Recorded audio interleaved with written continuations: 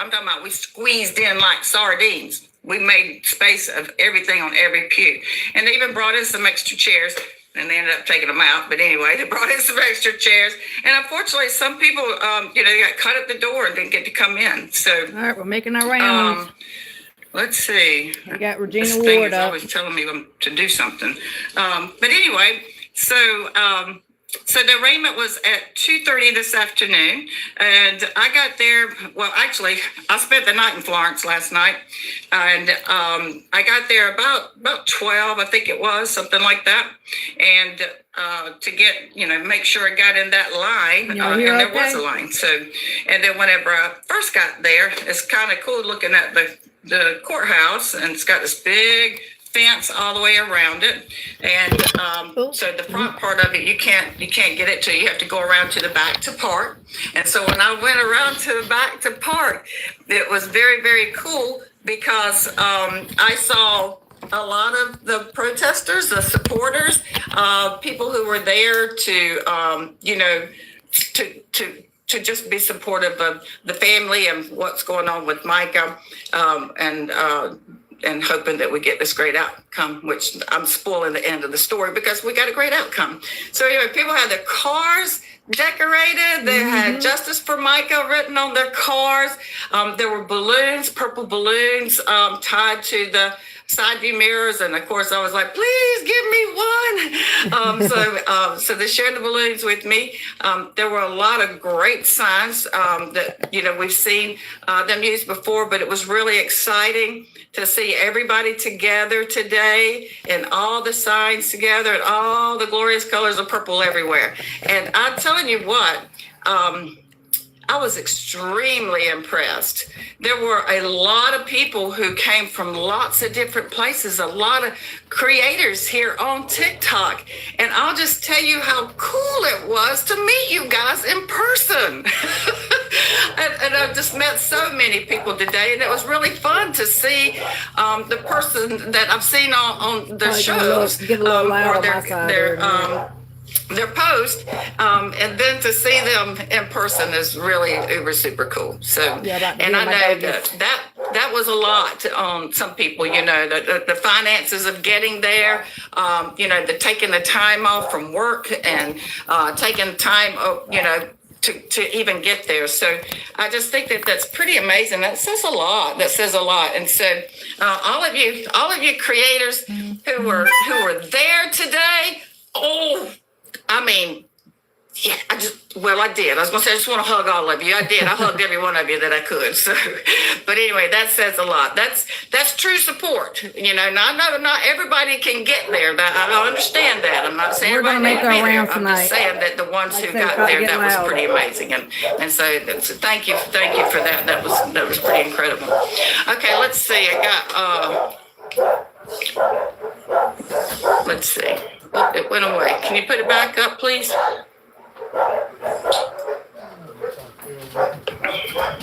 It's funny when you put your glasses on, the ring light circles get in there. Okay, you told me to tap something.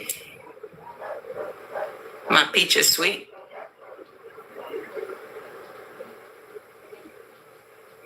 Okay, I'm sorry, I missed it. So anyway, if you would like to come up and ask some questions, just put it in the comment there, and then we'll let people up one at a time if you want to ask a question about the proceedings. So today, right now, what I'm going to do is just kind of walk through some of the stuff. She's let me in today, so. Go get some comfy clothes. Yeah, I didn't really have time to do that. But I'm comfortable in a suit. I've worn them a lot over the past 20 years. Thank you. Okay, so listen, when after I got to meet everyone that was in the parking lot, everybody was gathering there to try to get there early enough to make sure. Will you explain the bond? Yes, I will. Just got back home. So I after I got to talk with everyone, and a lot of people were already live at that point, and so we were trying to figure out, what's the best time to go in and that kind of a deal. So I don't know we how chatted long for a she'll be little on bit, for. and then I walked around to go to the front of the federal courthouse. That's the U.S. District Court, and so right there at the front gate, there's like a little side gate, and then there's a gate at the very front of the building. And at the front of the building, I mean, there was all the press. I feel like from all kinds of. I mean, there was a lot of press there. I'll just say all types of press, with the regular TV news to some of our great online creators that have online papers and things like that. There were a lot of reporters there. There was a lot of interest in this case, as it should be, you know. And thank you for all of those hearts. I appreciate that. That means a lot. So if you have time to tap that screen, then please tap that screen. So anyway, when I go around, I was like, goodness, what do I go through the front? Do I go to where do I going? You know, because it's, you know, you try to figure these things out, right? And so I figured out that you just kind of go through the side and went through the side. And of course, one of the reporters called out to me. So I walked over and talked and chatted with them just for a little bit. And then I was like, I don't want to miss my place in line. You know, I don't want to be on the cutting part of it. So anyway, went to go inside the courthouse, and the line was backed up inside up to the door. So I had to stand there at the door. Did they say who had to stay? Did they say who had to stay away from? Oh, who he had to stay away from? Okay, yeah, that's a good question. That's part of the conditions of the bond, and I'm going to go through all of those things too. Anyway, you got to hear this story. When I get up to the door of the courthouse and I go to open the door, I'm like, oh, I better wait, because the last person in line was like right there at the door. So I waited a few minutes till they moved up, opened up the door, walked in. Well, when I walked in, I was sitting there. They have the metal detector there, and boy, they have a long list of you can't, you don't, and don't think about it, don't look at it, don't even think it, smell it. Nothing.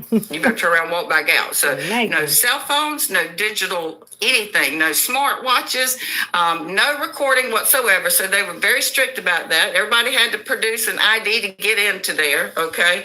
And of course, you have to, everybody had to take off their belts, and it's kind of like going through the airport, you know, but you're at the courthouse instead.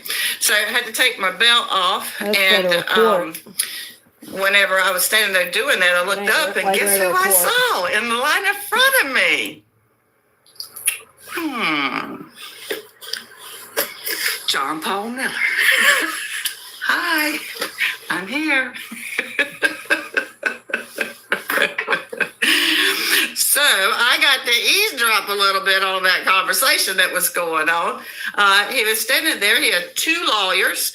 And you know what? I apologize. I probably should have looked the names up. I know one of them's first name. I think it's Nathan Williams or something like that. But anyway, not cheap lawyers, people. Not cheap lawyers. Two of them.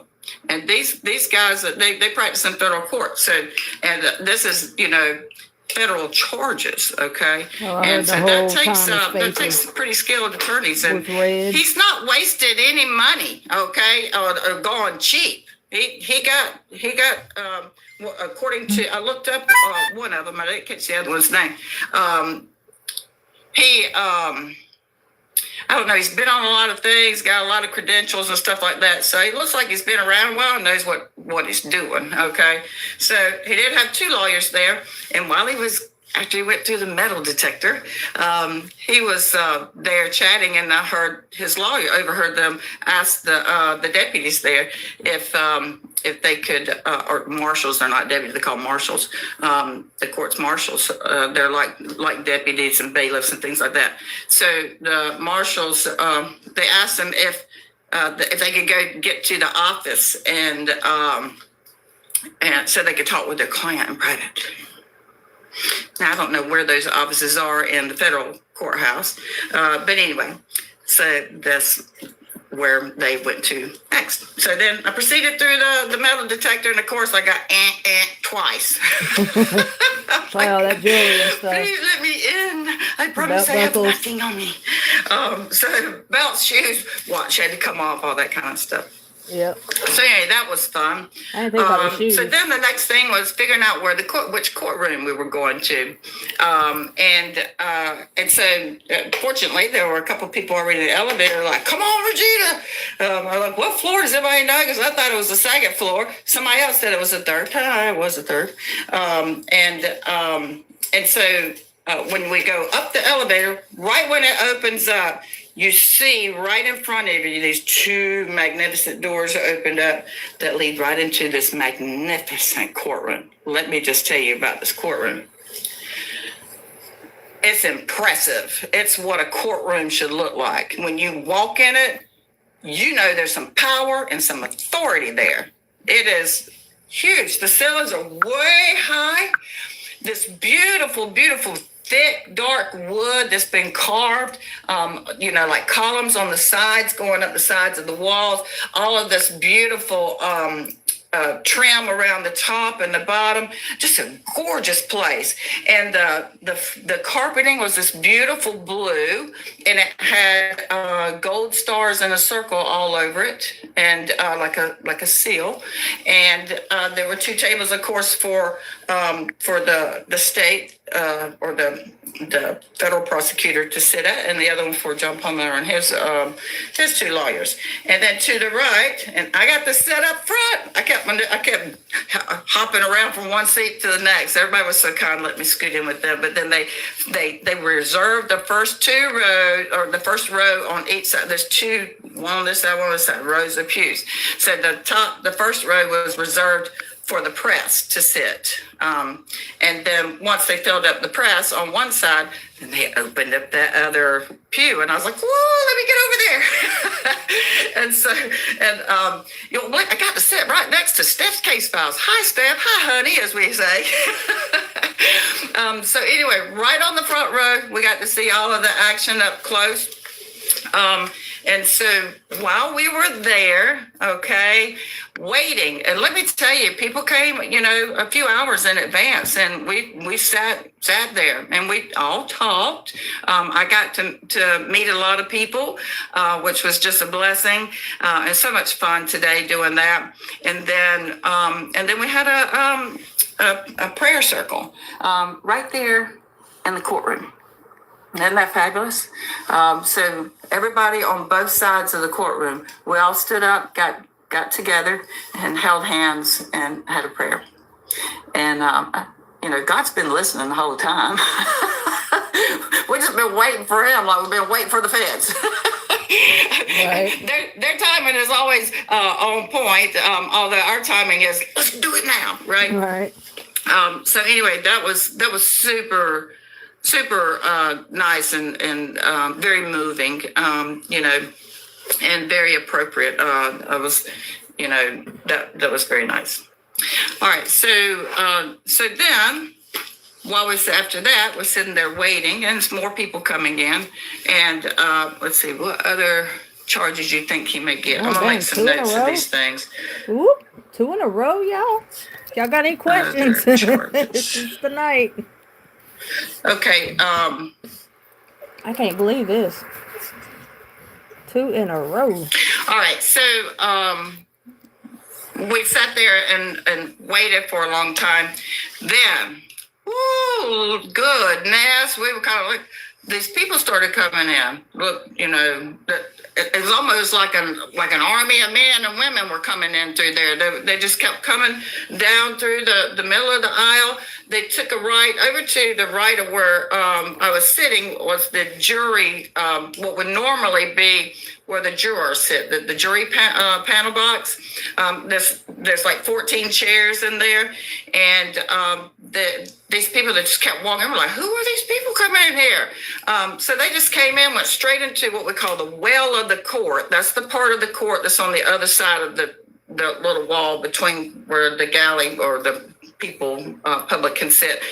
So when you go over the other side of that, that's called the well of the courtroom. So they were just walking in there and taking a right and going over and boom, boom, boom, boom, boom, boom, boom, sitting in those chairs up in the jury box. And I'm like, well, I know we don't have jury happening today, and some of them look very, very, very bad. Beep.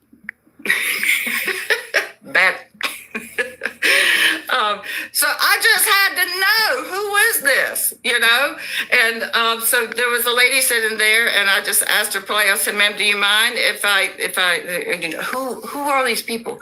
And she said, "Well, it's over there. That's the feds, the FBI." I was like, "Wow, all of them?" Yes. And of course, there were a couple I recognized. and then she herself, the lady I was talking to, I'm glad she was able to go for the U.S.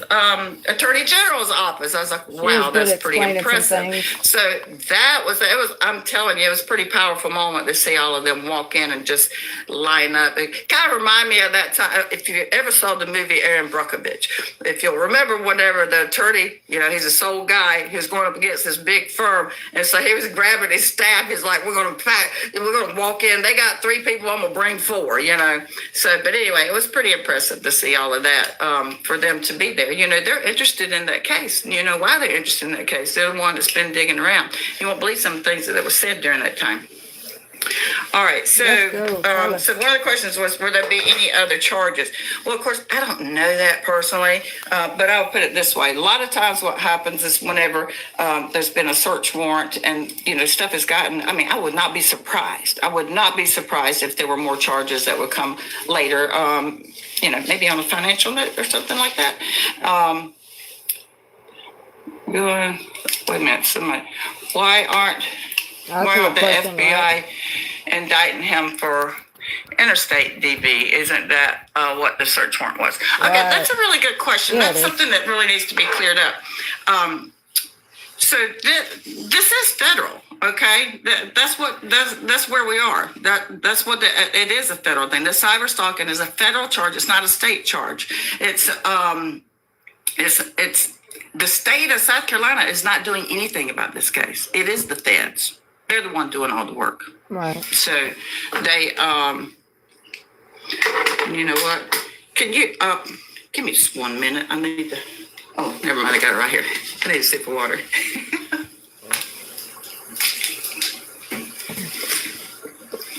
All right. Let's see. So then the other question was about who was named. Okay, that has to do with the conditions of the bond. Well, we're gonna make our rounds. So before I go through that, I kind of want to tell you about some of the other things that happened while we were there. Rounds.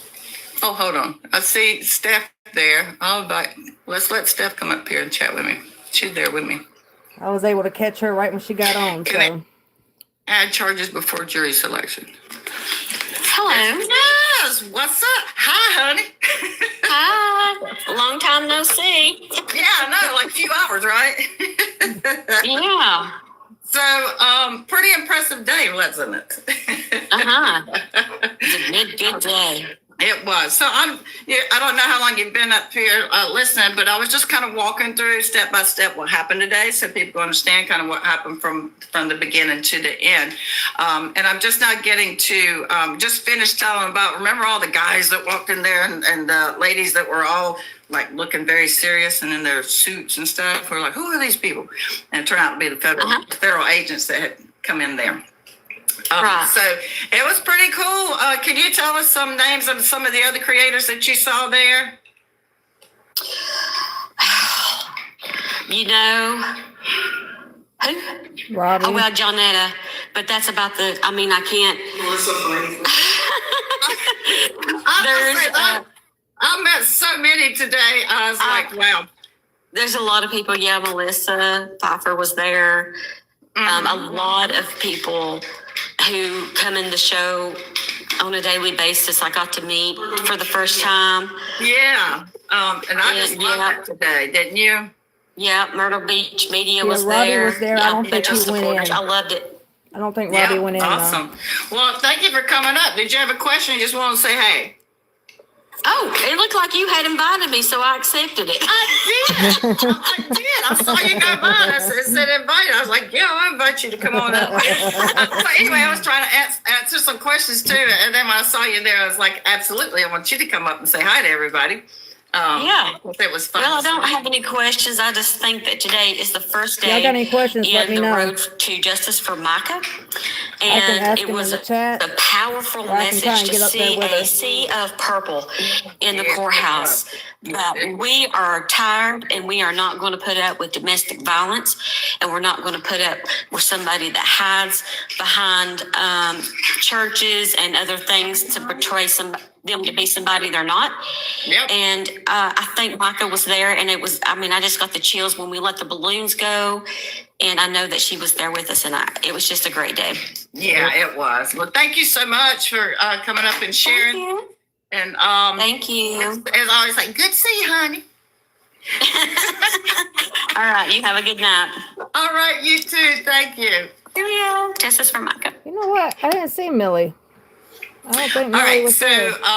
so after the feds came in and took their seat, Sam was there. there was this big, powerful moment there. Then John Paul Miller came in with his two kinda attorneys, answering and questions, too, he in came the- from the back of the courtroom. We in were all Regina's sitting there chat. wondering because Yeah. there were two doors on each side.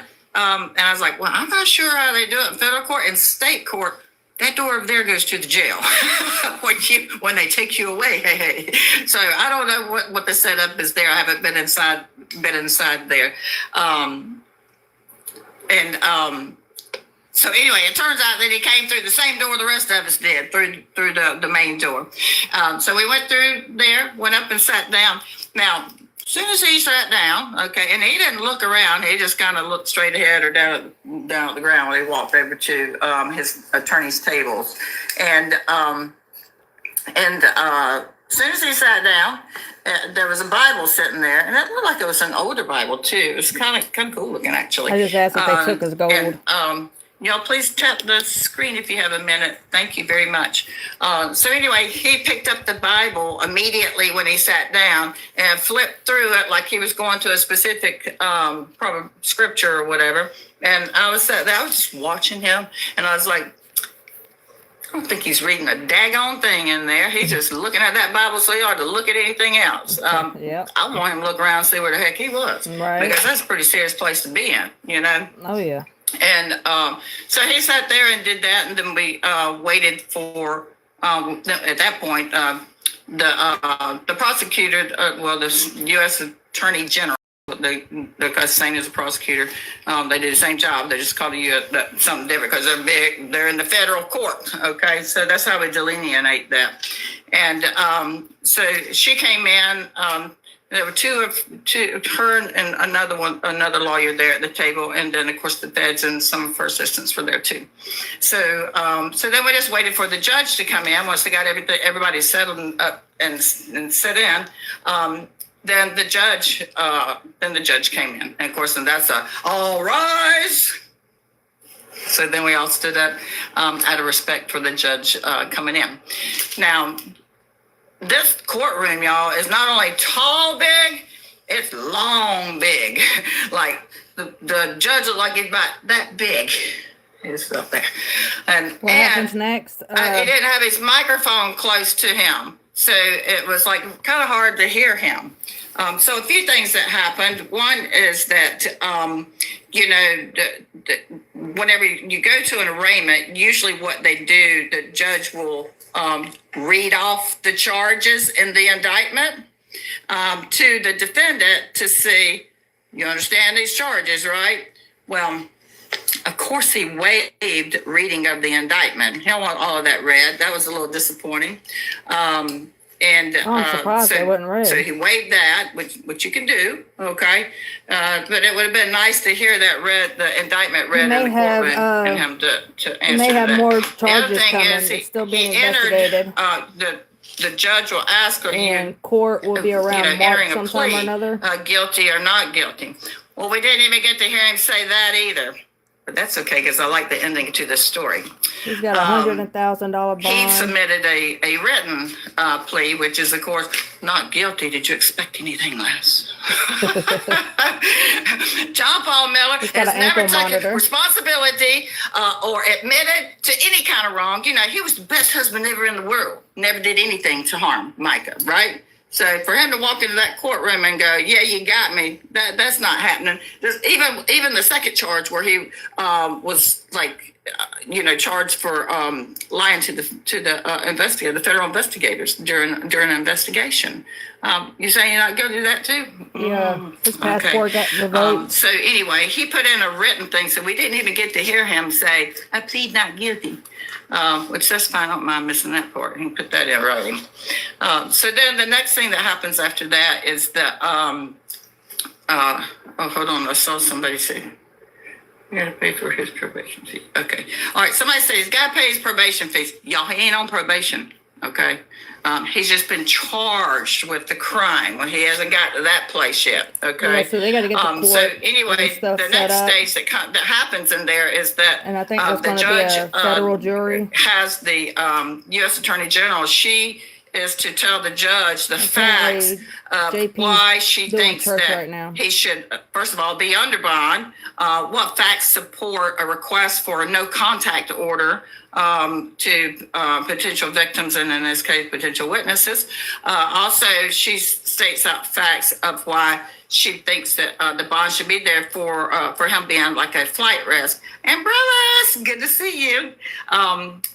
She recites the facts that indicate to the court whether he's a flight risk, because whenever a judge is issuing a bond, okay, for someone charged with a crime, there's two things that they have to evaluate. Number one, are they a flight risk? Yes. Are they going to show up for court when the trial date is set, or are they going to, hightail it out of here?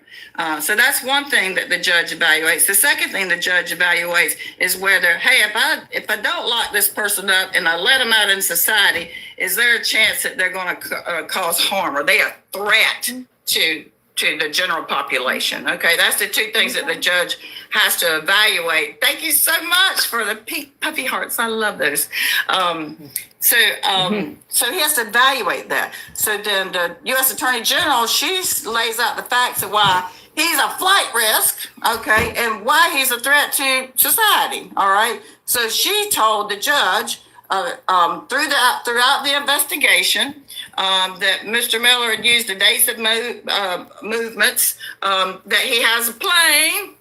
And she stated that the last time he was in the plane was in March. And y'all, somebody in there that was there, you'll have to help me. Either it was 24 or 25, I can't remember, but I remember it was March. That he was that he has access to the plane.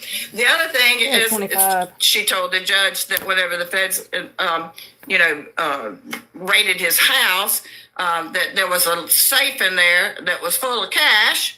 And some coins and some collectible cards and, things of value where he could get money if he wants to leave and all that kind of stuff. So she explained all of that to the judge. And then is he a threat or whatever? She was asking for a no contact order, which was protective. I think someone was asking this, who was named for this. Okay. So the names were not stated during court, but the judge was issuing a no contact order. And what the judge wanted to do, because the primary victim here is Mica, and we don't have her anymore. So now who are the victims? So that's what the judge wanted to know is who do we need to have a no contact order? Yay, thank you. So the judge is like, who do we need? We need to specify who it needs to be. Well, obviously, it's going to be the family members, and so the U.S. Attorney. If she thinks any more will be charged. The U.S. Attorney General's office was explaining that while they were going through all of the stuff that they seized, they got to see these. Thank you so much.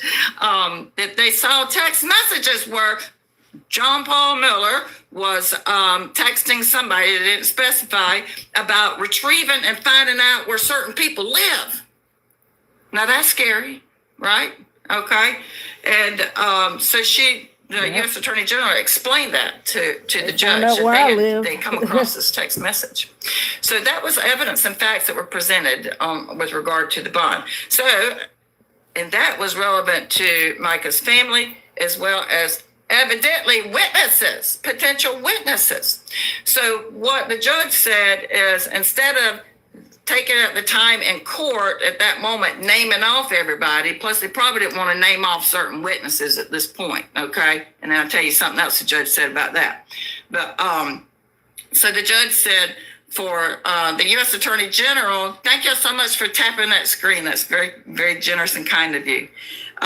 He said for the U.S. Attorney General to get in touch with John Paul Miller's attorneys, and that she would provide a list to them so that they could look at it. And then what will happen is they'll submit that list to the judge, and the judge will incorporate those names in the order that he signs. Okay. So nothing was stated specifically in court other than victim's family and witnesses. Thank you for the puppy heart. Oh my goodness. Thank you. That's very generous. So they'll swap that, and it'll be part of the no contact order. All right. So the judge also gives his lawyers an opportunity to respond to these things, you know. And of course, they're going to say, Judge, he might have a plane, but he's not a flight risk. He's lived here a long time. He's here in court today. Voluntarily surrendered, and the judge looks at criminal past and things like that, and you know what the charges are, etc. So they're up there making their point that you know that he's not a threat to society, and he's not going to flee. All right, and so the judge didn't buy all of that on that side. So the judge issued that no contact order, and also. The U.S. Attorney General, she asked for an ankle monitor. Whoop, whoop. Yeah. So I'm sitting there literally on the edge of my seat waiting because I'm like, wow, that's pretty powerful to ask for that. And I'll tell y'all the truth. It's a little bit hard to get those, okay? So you better have some good facts as a lawyer going in there if you're, as a prosecutor, if you're asking ankle monitor, okay? So she did that.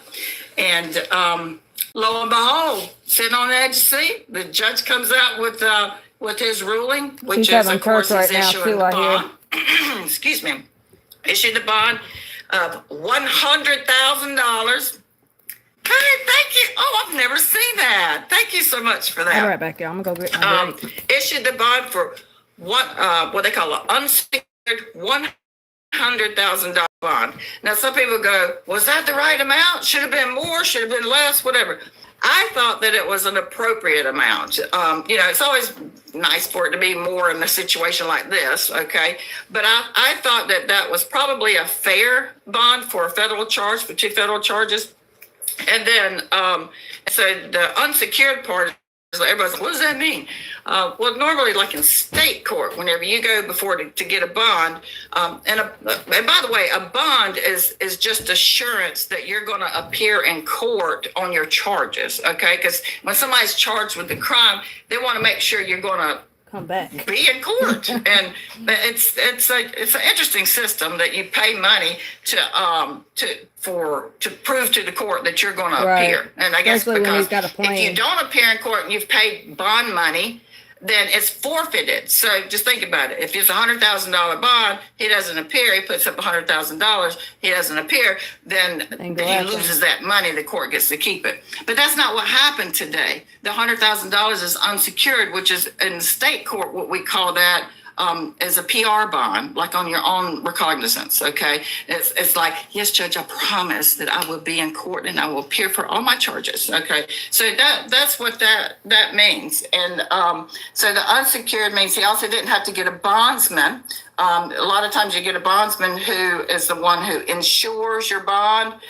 They buy literally insurance policies, okay? And then if you don't appear, then your bondsman, sends out the bounty hunter for you. So the bondsman's the one who steps up. But John Paul Miller didn't have to do any of that today. So that was a tiny little victory for him, okay? That he didn't have to sign offer up his home as assurances. No, she is not. He didn't have to tender any money. He didn't have to go into that safe and pull out some cash and give it to the court. So it's like what we call a PR bond. So he didn't have to go do that. Are you still representing Mica's family. Nope. Okay. Well, there's no legal actions pending, for them to have legal representation. So no, there's nothing like that pending. Now, of course, I try to help them with things as we go along. So that's just always going to be. I will do that for as long as they need me. And so, where was it? Oh yeah, on the bond. So he doesn't have to put up any money. And it's a PR, like a PR bond. And then, so the next thing was the no contact was part of it. Already talked about that. And then the last part is the judge issued, finally, he agreed and issued the ankle monitor. John Paul Miller has to wear an ankle monitor. Okay? Now that costs money. He has to pay for that every month. Okay? And someone was talking about probation. Is he on probation? It kind of gets a little bit confusing, but it's not probation, because probation is for someone who has been, thank you so much. Probation is for someone who has already been found guilty of a charge, and they've either, instead of going to jail, they're put on probation. Okay, that's usually for a minor charge of some kind. So that probation only comes and go look after you've been found guilty or you entered a guilty plea on some charge. Okay. In this case, it's like a pre-trial bond monitoring kind of a thing. So what he has to do with the ankle monitor is got to get fitted for it, got to pay for it. All the names that are on on the no contact, their addresses are going to be entered into a database. If y'all got any questions y'all want me to ask Regina, just let me know. And John Paul Miller, because of the ankle monitor, thank you. John Paul Miller will, if he comes within, and I don't know what the yardage or the footage, whatever it is, I don't know what that is exactly. But if he comes within whatever that cap is, then that could be a violation of his bond. Now the judge said something about that too. He said, let's just get it straight. Basically, I got a couple of things to tell you. You cannot get in any other trouble. You can't commit any more crimes. Okay. The judge told him that if he even jaywalks, he's going to revoke his bond. Now, if your bond gets revoked, Guru. You go to jail. You sit in the jail until your trial date. Okay, so it's a means to try to keep him straight, not causing any more problems. So the other thing is that the other what we call conditions of the bond. Hold on, let me see what this question is. He's got to get a job. I also saw in the article that he will have to do drug tests. I guess you can't say the DR part of that. I'm not sure if that's part of the rules, but yes, that's true.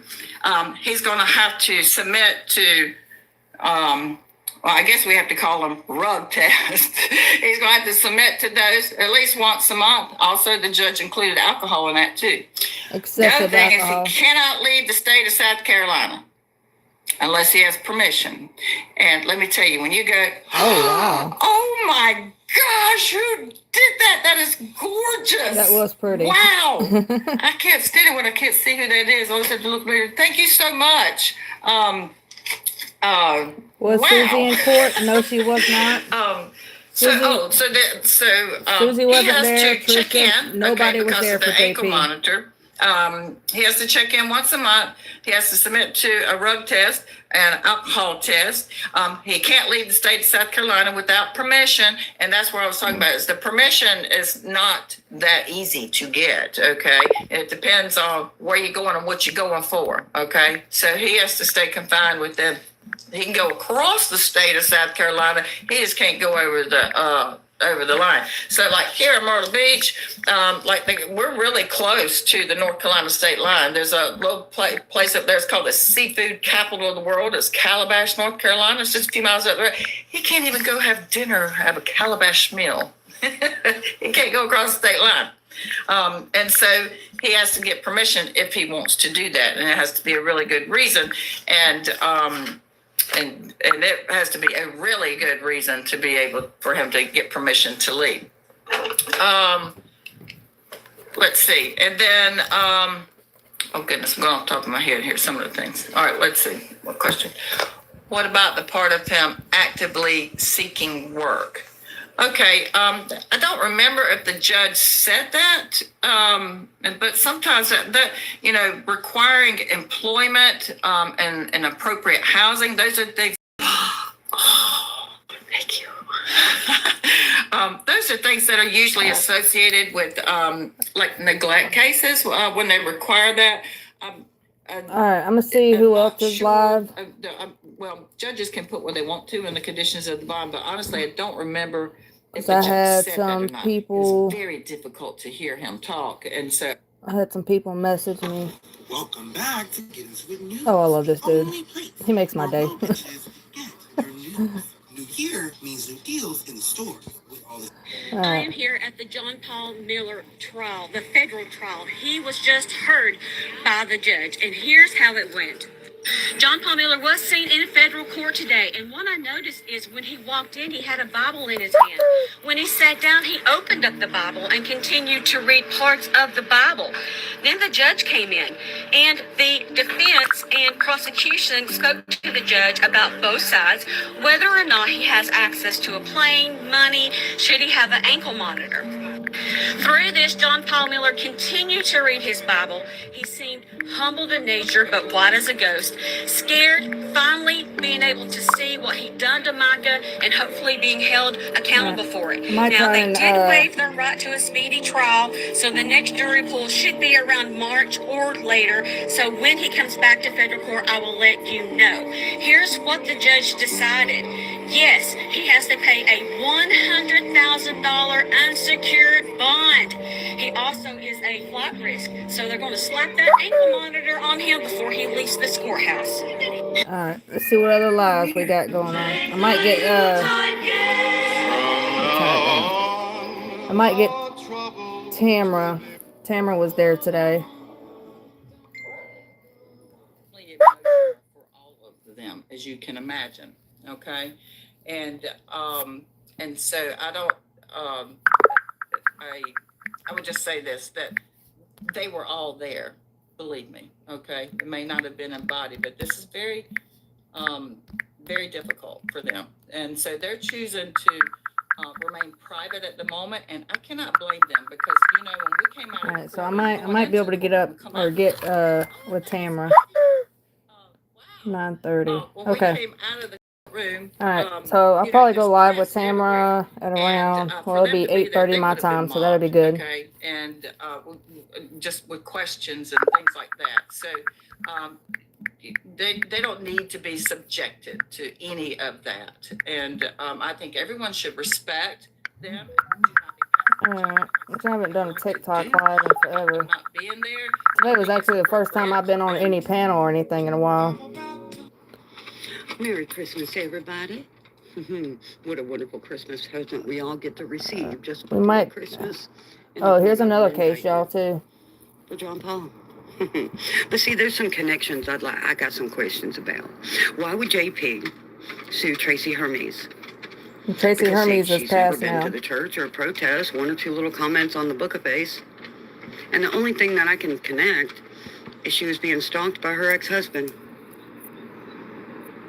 So that's another case. There was it's no like connection Mica's. with JP, and for him to sue her is just beyond means here, right?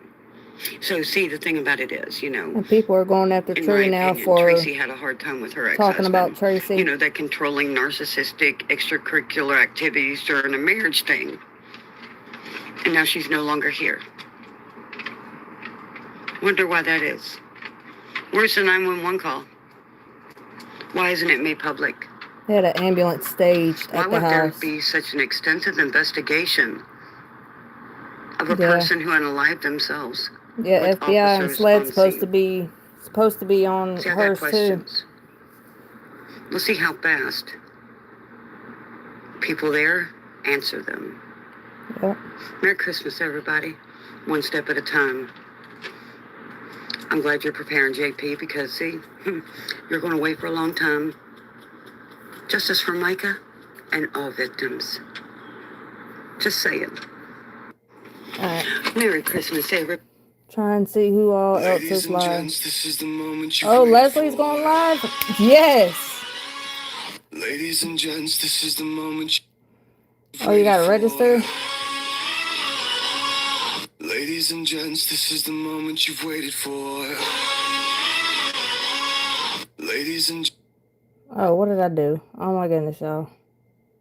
ladies and Oh, gents, she's this gonna is be the on at moment 8. you've waited for. Dang. Ladies and gents, this is the moment you've waited for. Alright, let's see who else is live. I guess nobody else is live but Regina right now. And then I'll be going live 8:30 my time. Justice for Mica, yes. Justice for Chris and justice for all of JP Diddy and his family's victims.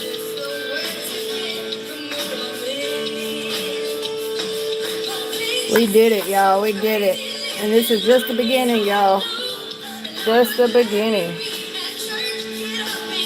Should I do another poll? Yes, I was told that JP was red in the face the whole entire time. I got the, the press conference that the FBI agents did. We were able to watch that earlier. Yes. And then JP naturally snuck out the side door. Beautiful, beautiful Mica. Brought so many of us together. So I just want to say thank you. Alright, here's Tamra's post. It says, "Thank you to everyone who recognized me today at John Paul Miller's arraignment and took the time to come over and speak with me. I am also so grateful to those who acknowledge some of the hardships I've endured in my advocacy and for your sympathy. It is meaningful to see that there are advocates who recognize the family members of victims and offer encouragement and support. That is why advocacy and justice should look like support for those who have been harmed and for families who carry the pain of losing their loved one." Yeah, I can't believe people would do Tamra and Chris's family so bad. People did that stuff with Mica's family too, but I mean, what they did to Tamra was just, oh my God. I can't imagine.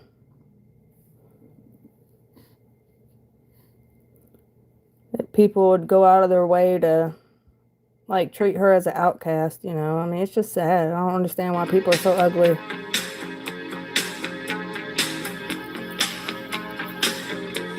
There's James.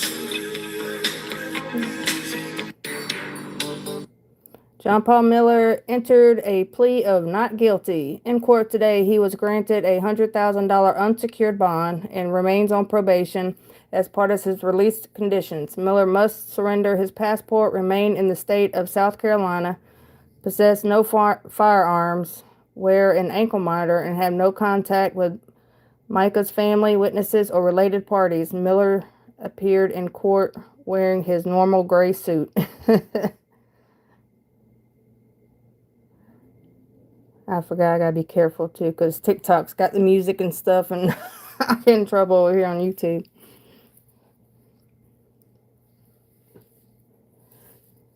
And then, as far as I know, Jane Doe 1 and 2's cases are still open, and then the rest of the suits, I'm not quite, I've heard both, that they were still open or they wasn't, or dismissed. It says John Paul arrived at the courthouse accompanied by 2 male attorneys wearing the same gray suit he worn at a prior court appearance. His wife, Susie Miller, was not present. Neither was Tricia or his dad. I was adding that one in. Federal prosecutors argued that Miller posed both a flight risk and safety risk, requesting that the court impose electronic monitoring.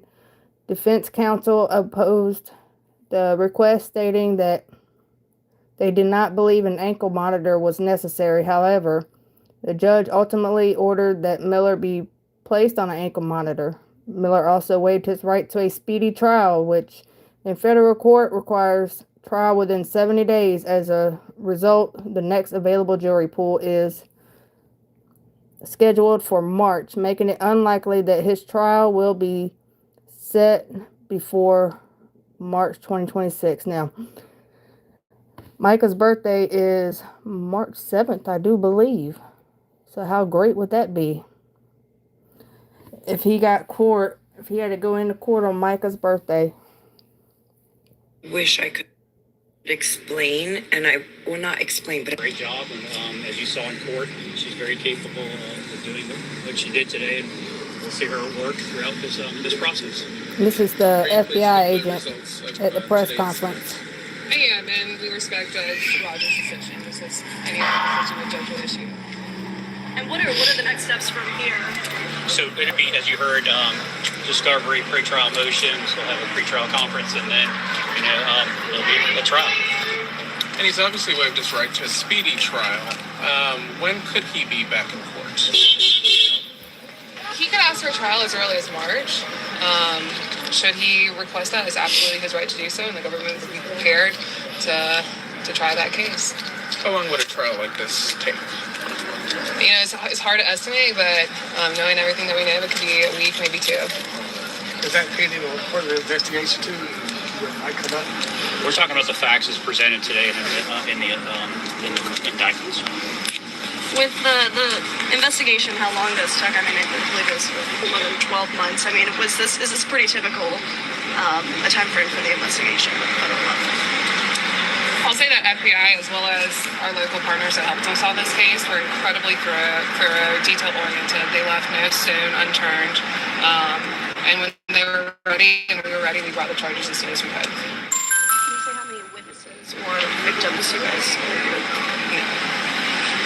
Is there a specific reason why this got picked up on the federal level?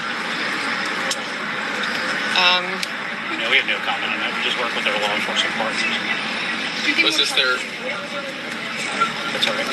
The investigation is ongoing, as we've stated. Was this a request by local authorities to get you guys involved? Or? We're just going to stick with it was investigation. The facts took us. And they are still investigating too. Finally, if you have anything to say to the victim's family. Well, thank We're you, in constant Molly. contact with the victim's family. We're trying to respect Yes, them as they're going through TV. this, because while Mica's gone, she's certainly not forgotten, and we want to stand by them through this whole process. And I think we'd be happy with today's result. And our victim advocate is working very hard on this case. Our team is with the family. Will they eventually, when this goes to trial, will they eventually be involved in it, subpoenaed or anything of the sort? They certainly have the right to be there. I'm not going to comment on whether or not they'd be subpoenaed or we force them to go, but they are fully supportive of the investigation. They just don't want to be here today. Understood. Last thing for you, sir. You're the top guy. You don't show up to everything. Is there a reason why you showed up to this today? I was here to support my team. And I was very impressed with what was presented in court today, as always, with Elle and other lawyers in our office across the district. Thank you all very much. Appreciate it. Thank you. Last thing real quick. We have press officers. Veronica Wheeler is with the U.S. Attorney's Office. Y'all may know Veronica. Please contact her with any follow-up questions you may have. She's wonderful, as well as Kevin Wheeler, who's Not this in the back Veronica. there with the FBI. How cool would that be? Great job. Said I've arrived. Oh, that was earlier. I saw that. I was so glad she was able to make it, and she made it safely. And she got to go have lunch with some women that she's met through this. It's treated her very good. Been kind. John Paul Miller arraigned today in federal court as a flight risk. He is wearing an ankle monitor, cannot leave the state of South Carolina without permission, and a $100,000 bond. More to come tomorrow. So Miss Ann will have more tomorrow. She'll probably go on her YT and do it. Thank you, RC. Thank you. So, which I will be put to sleep tomorrow. So I probably will not be on. Because I got to go have So on the ball? I got to go get a tomorrow. All right. I had some people send me some stuff, so.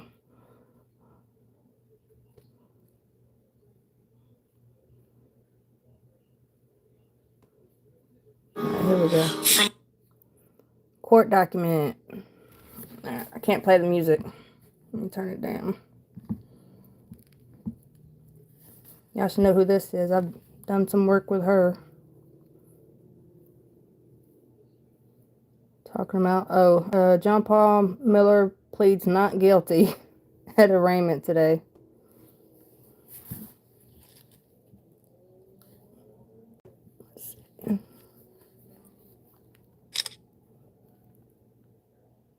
Oh, dang. Let's see if I can zoom it in.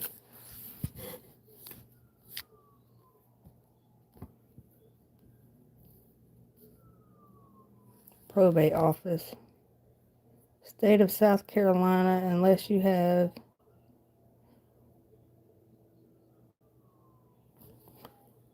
conditions for release. Okay, so this must have been his release papers then. Oh, dang. He got a lot of stuff on them papers.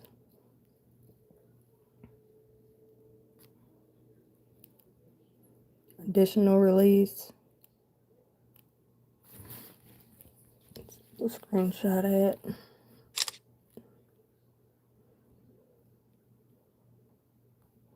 Nope. Here it goes. Enjoy your ankle, JP. Your new ankle. May you feel as monitored as Mica did for years. Oop.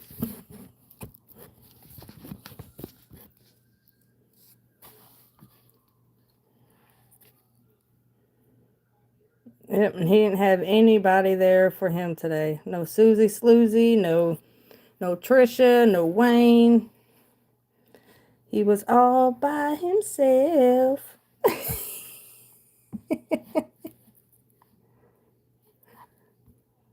Alright, I wonder if Regina is still alive. Yep, she is still alive. Let's see what she's talking about. The tab. I appreciate, oh my goodness, I appreciate y'all sharing the live. That's really very nice. All right, let's see. Where are we? We're at 8 o'clock. Okay, so we've been on for about an hour. So let me tell you about some of the things that happened. So if y'all got any questions, just let me know and I will ask her. Okay, so I'll see what I can do. So you're welcome. Thank you. Thank y'all. So after the proceeding, right, then it's like, okay, well, the judge has already issued his ruling. His little small win is he got a unsecured or PR bond where he doesn't have to post any money or property, okay, in order to stay out of jail. Okay. Jail, in jail while waiting for his trial date. The other thing is that he waived his right to a speedy trial. I'm sorry. Okay. Y'all. So the Trying to read court, the comments. they don't play, honey. What am I having done they tomorrow? Tomorrow I gotta have a scope and get steroid shots injected into my intestines and stuff. Goodness. I was going to tell you something specific that I got off. So that way maybe I can eat something besides yogurt or ice cream. I was talking about the seriousness of the federal court and how they don't play on something. Good grief, I apologize. Maybe it'll come back to me in a minute. But I was going to say something about that the judge did. Y'all help me out. That was there. Miss Regina's. Okay, let's see. I missed that. Oh, yes. Thank you. Thank you, Tex Girl. Can you come by Ethan's Speedy trial. That's what I was talking about. Okay, so in federal court, they have a specific rule, and I can't remember the number the judge did cite it, that says that I forgot about Ethan going those who are live. charged with crime are entitled to a speedy trial. The definition of speedy trial in federal court is you get your trial within 70 days. People, that's fast, okay? That's a speedy trial. Well, most people know that the longer you can put things off in a criminal case, usually the better that is for the one who's being charged. So anyway, he there goes waived Misty his again. right to a speedy trial. Now let me tell you about that in two parts of it. Regina, do her thing. Whenever I'll see what I can do. So whenever the judge said that, all right, so they have what they call terms of court. And whenever they have the terms of court, all right, that's when they select jurors, okay? They bring in a whole bunch of people. A lot of people get their little, come on, you got jury or somebody duty, else right? goes live. And so we'll the hop judge over had there. said that they have pulled the jury for the current 8:30 term, my and they time or start so, tomorrow. You want that trial date? We'll get to talk to Tamra. Nobody wants that trial date, right? Maybe we do. I don't know. We want to be good and ready then. So that's obviously a no-brainer. That's not going to happen, right? So the judge was explaining to him and his lawyers that the next term of court where they'll pull a jury will be in March. Okay. Now, that's obviously past the 70 days for the speedy trial. All right. And so he could either demand my speedy trial within 70 days, or he could waive it and say, hey, I'll wait till the next time. All right. So that's what he did. And so that's what I was meaning about, man, they are strict. See, in the state courts and the county court stuff, well, you are guaranteed a speedy trial by the U.S. Constitution, right? Everybody is. But truth is, a lot of times you don't get that speedy. I've actually had cases where I had to file motions to go, oh, you didn't give us a speedy trial, I'm going to get this dismissed. All right. So the judge wanted to make sure that he put it on the record that he was waiving his right to a speedy trial. And then the judge questioned him. Do you know what you're doing? Right. You understand what you're doing. You've been advised by your lawyers. You know what you're doing. You know you're giving up Tamra's your right. doing You pretty can't come good. back here and complain later that you didn't get a speedy trial. Okay. And that you waived those rights voluntarily. Did Things got pretty rough to with her coerce for you a while. into waiving your rights. Okay. So he had to. We got to hear him talk then. It was like, yes, he understood he was waiving his rights. We'll be able to he was talk to doing it her voluntarily, etc. Okay. So the point of that about an hour and is a half also or so, that we'll get to talk his to her. trial will not She be was until there today. sometime, obviously after that, right? So I'm guessing maybe in the summer or something. We'll see.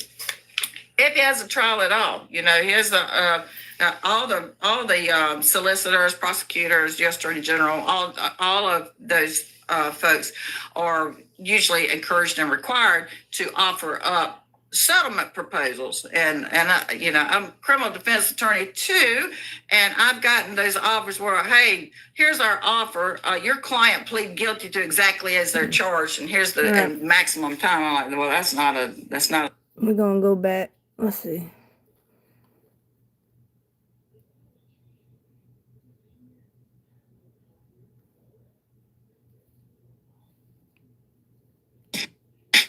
Look at you. You're busted. You're busted. Shame on you. You're wrong. Oh, I forgot the music. Dang it.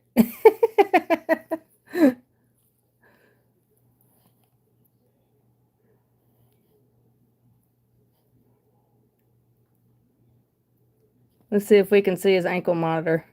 Whoop. His pigeon feet. Oh, yeah. Y'all see it?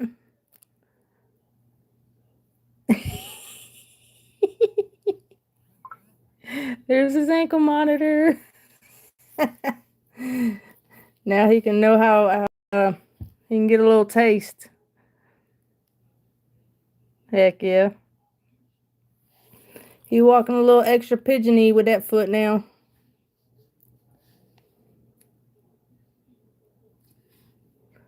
Let's see. Trying to see if there's any other lives going on. Because we're supposed to be meeting up for a little bit.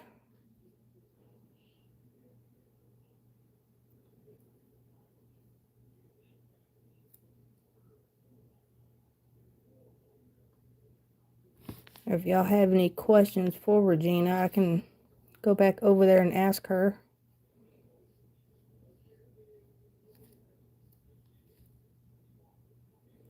Maybe.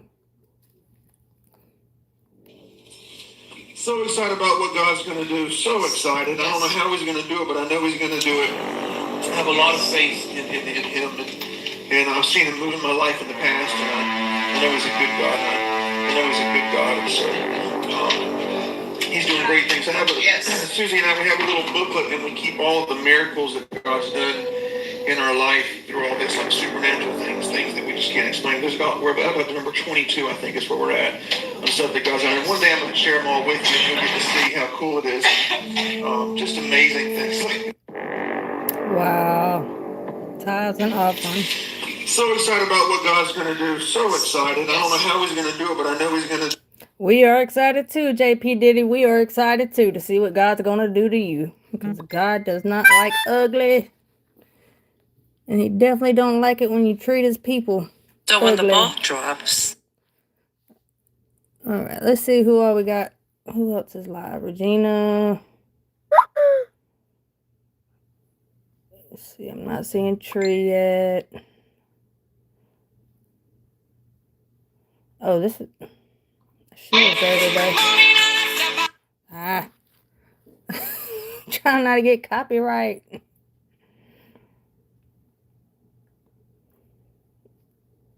All this We'll go back to information. Regina. And so what we do in criminal court is we actually file a motion that we refer to as a Brady motion. Some people refer to it as a Rule 5 motion. And what Hope he that put today in his little book. I know, right? I've actually had cases where the prosecuting authority just went ahead and gave it to me. Yeah, and he said, done "It's hurt coming God's anyway," people. right? I don't think So God's if you too don't happy file with that him as a with criminal that. attorney, they don't necessarily have to turn it because you didn't ask for it.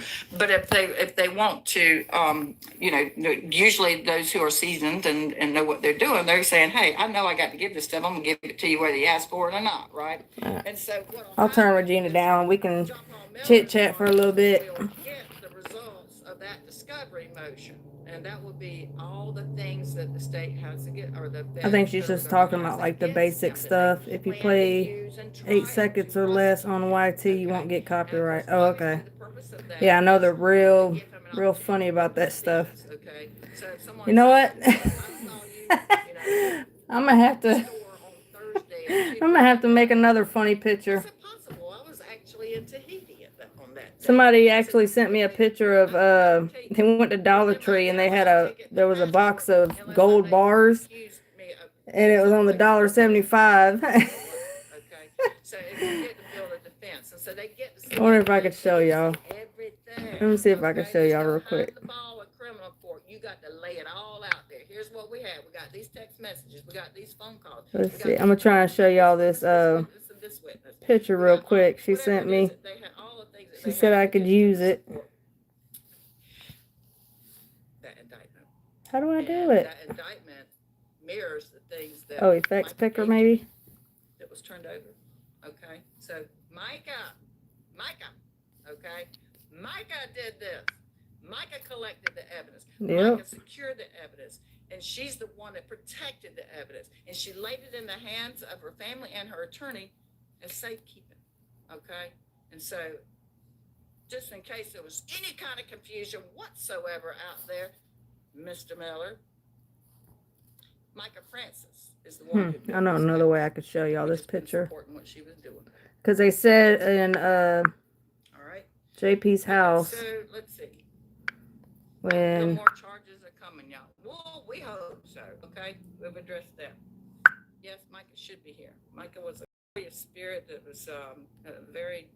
when they raided his house, he had a safe that had a lot of money and gold bars and silver bars. Other questions? Anybody else want to come up and talk for a minute, and then we'll probably be done because we're already at 8:15. Oh yeah, the other thing, is that Mica had other evidence, but it was destroyed. According to her, it was destroyed by him. Either he grabbed it or took it away or erased it. Changed passwords, all kinds of stuff. It's exhausting. We found JP's gold. Comment went away. There's this Do gold. they still have her phone? Okay, yeah, thank you, Dee. That's a great question. So if you've been following the case, you knew in the very beginning I mentioned that I have a court order that says whenever when they're finished with that investigation, She's to supposed to return get all it. that property to my office so I can relay it to her family, right? And I wonder how that's I going to haven't work got if it she back yet. retires. You know why? Well, because first of all, they were utilizing it to do the investigation. Once they did the investigation, got enough evidence to get that search warrant, then got enough evidence put together to put before the grand jury to get an indictment. Guess what they need when they go to trial? That cell phone. So, no, I don't have it back. I don't expect to get it back. All right, let's see.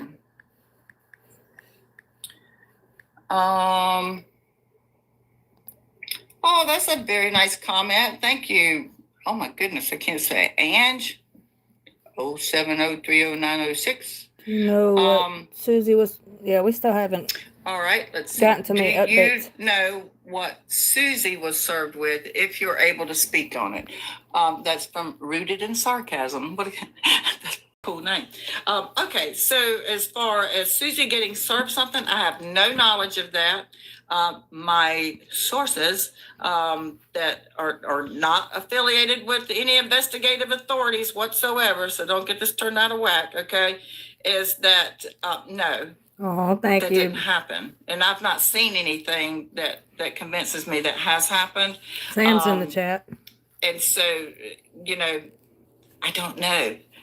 If she was, I don't have any knowledge of it. And people that I know are in certain places that would possibly know that says no evidence that happened. So I'm not sure. But speaking of Susie, isn't it quite interesting that she wasn't there supporting her man? What? Okay, your husband gets charged with crimes, you should be there, because actually support in the courtroom for you. And he had none. So the more support you have for the one that's charged, that's taken the court. The judge notices that.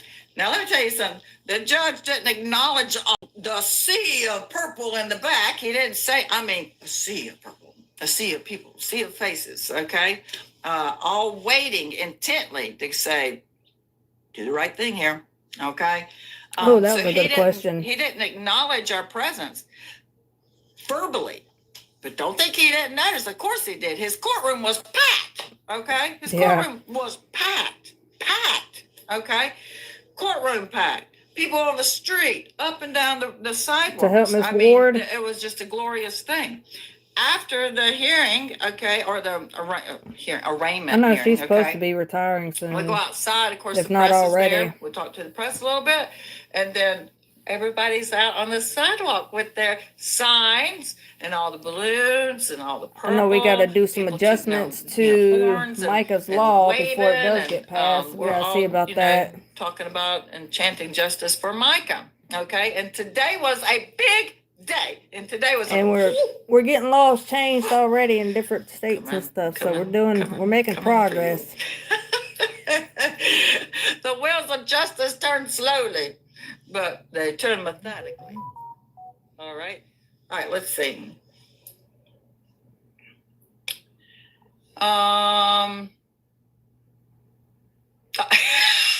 Somebody's inviting me to dinner. Yes, I'm starving. Let's see. Let's see who else. Oh, y'all are so kind. Thank you so much for all these nice things. I adore y'all too. Susie's scared she's next. Let's see. Lee should be looking for an attorney for a civil case. Do you do civil cases? I have represented people in civil cases. I don't know what state you're in. I only do it in the state of South Carolina. Depends on what kind of civil case. All right, we're going to jump out. We're going to see who else is live. Still no tree yet. Dang. Come on, tree. All right. Leslie's supposed to be going live, and then I'm supposed to be going with Miss Tamra so she can fill us in on her experience?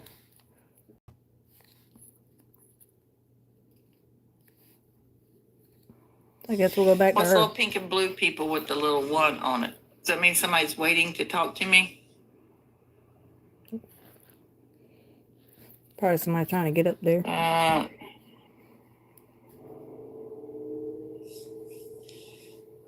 Oh, thank you. Somebody said, love your whole vibe. Thank you very much.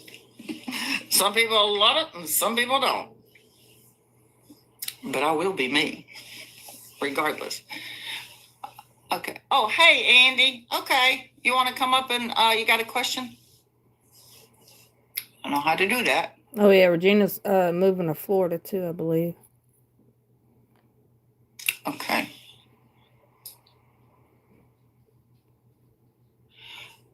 Which you might already. Oh, yeah. Okay, SOAR 101. I saw you there. You said that I was going to talk about She that. might also, I think but she's already got a place tonight. there. Tonight we're talking about the arraignment.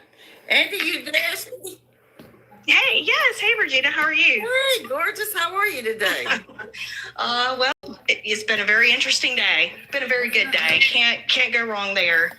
That's right. So, you know, I'll be right back, y'all. The JP is hating this monitor thing, this ankle monitor thing. That Yes. They looking at every movement. I mean, in all fairness, I think they've been pretty much tracking him, you know. Well, yeah, okay, but he's a little slippery thing, you know, so. Yep.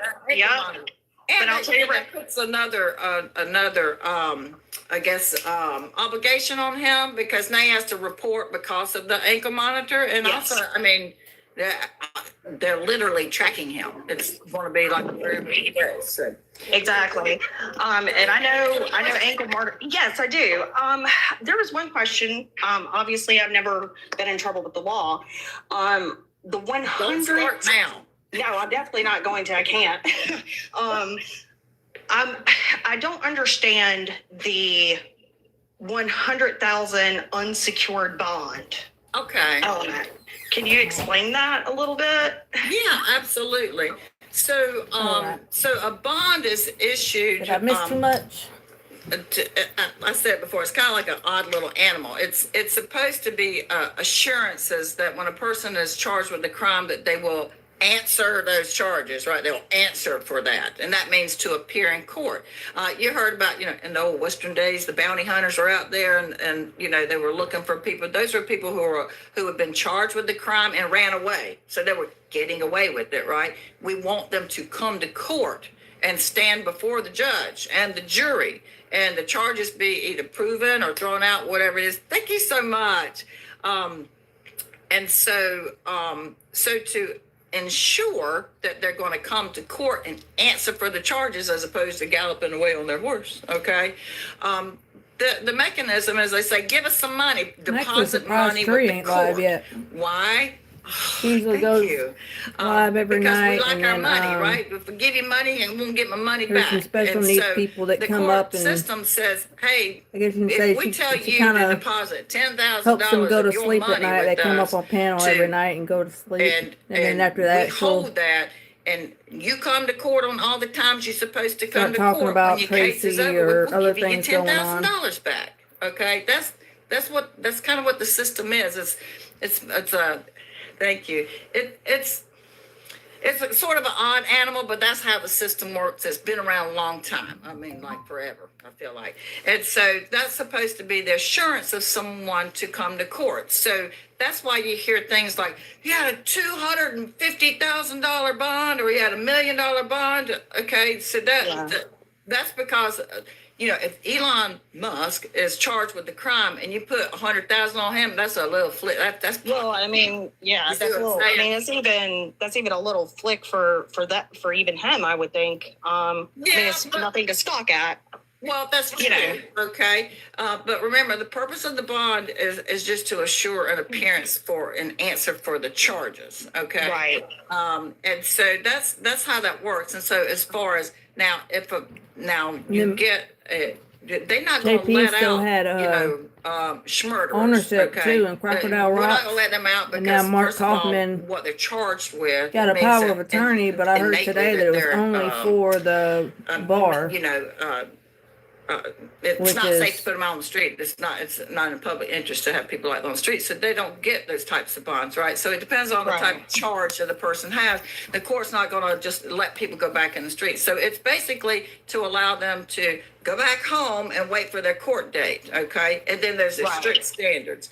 But the unsecured part just means that he didn't have to pay any money. He did not have to write a check, okay? And then people who own property don't have that kind of I think Regina's just going then they can use their home to to keep talking about the same thing. Okay. So when the facts appear to We'll see if anybody else is live yet. I'm surprised Guru ain't live. Oh, there she goes. About time. Exhausted.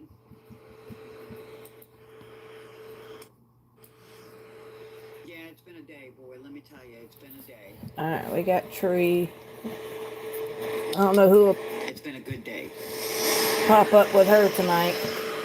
She lets people come up all the Day time. so many has waited on. So many. They got another room. Oh, that one room that's hidden. Yep.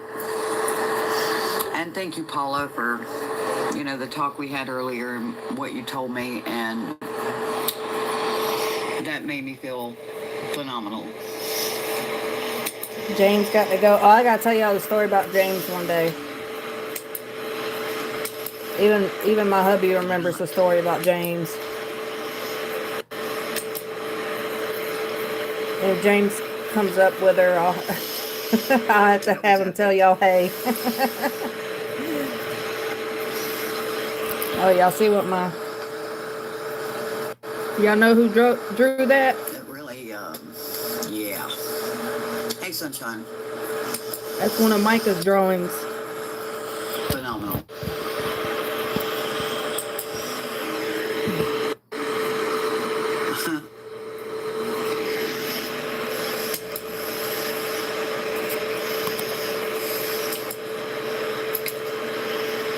Yep, that's one of her drawings, Waymakers. How's everybody doing today? Because God always makes a way. It's a nice little reminder.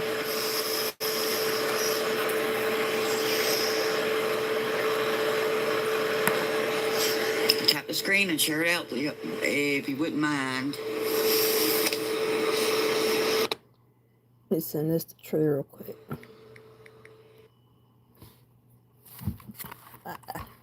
I'm gonna send that picture to Tree real quick so she can show it.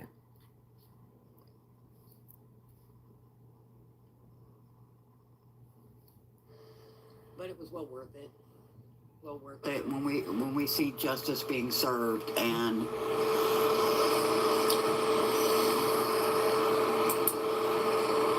are you kidding? I'm gonna see if she'll show it. Oh my God. She got it. She got it. I just seen that. Veronica. I wonder if she'll show it. Oh my God. That's epic. There's James. That is epic. I love it. Hey, Veronica, where all the gold go? Hold on. I think I might have found it. Veronica showed it to me. JP has some. did. Yeah, he She probably did. does. She told me where it's at. She showed me proof. You want to see the proof? Yeah. She about to show it, y'all. This is epic. And thank you, Grace.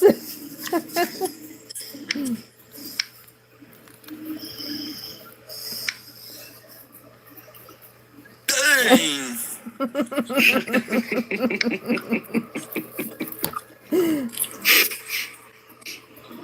I think it's gold chocolate bars.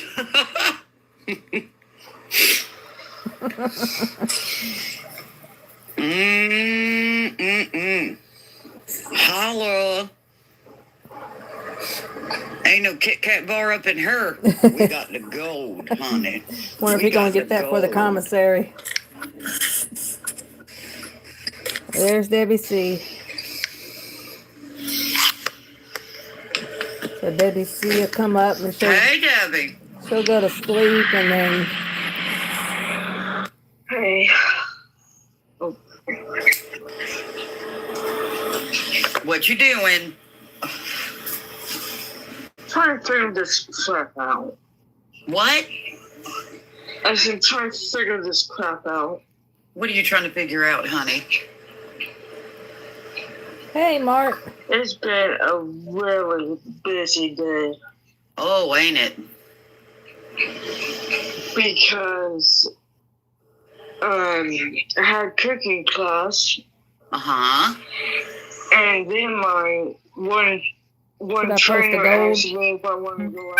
And I said, by the way, I said, I'm supposed to be doing this and this and this and this. Yeah, I'll turn this down so we can chit-chat some. And Melissa says, well, she's... Sometimes she'll slip up and cuss, so. But she'll fall asleep on Tree's live, and then Tree will start talking with us grown-ups. So how are you, Mark? How was everybody doing tonight? If y'all need a recap for today, just let me know. I will gladly give it. There's somebody you want me to see if is live on here, just let me know. We'll go look. Because like I said, Debbie C, she'll wait for Debbie C to go to sleep. She's in a group home, so. And she told me, she says, I will be... She just lets Debbie C talk till she falls asleep. That's so sweet.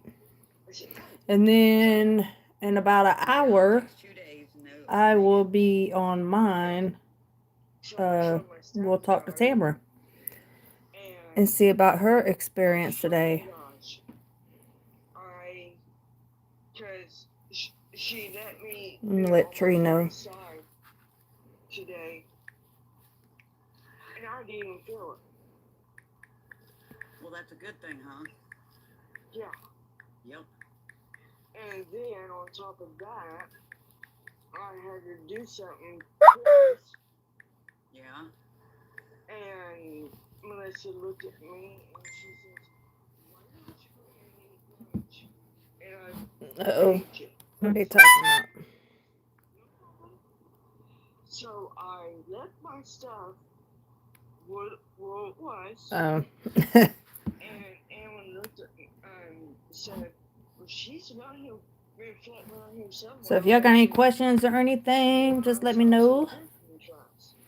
Susie Sloozy was not there. Trisha was not there. Randall was not there. His dad. Nobody else was there. So JP Diddy was all by himself. Have to go. Everyone have a great night. I will try and make it live later tonight. Veronica, what a beautiful day. Yes, it is.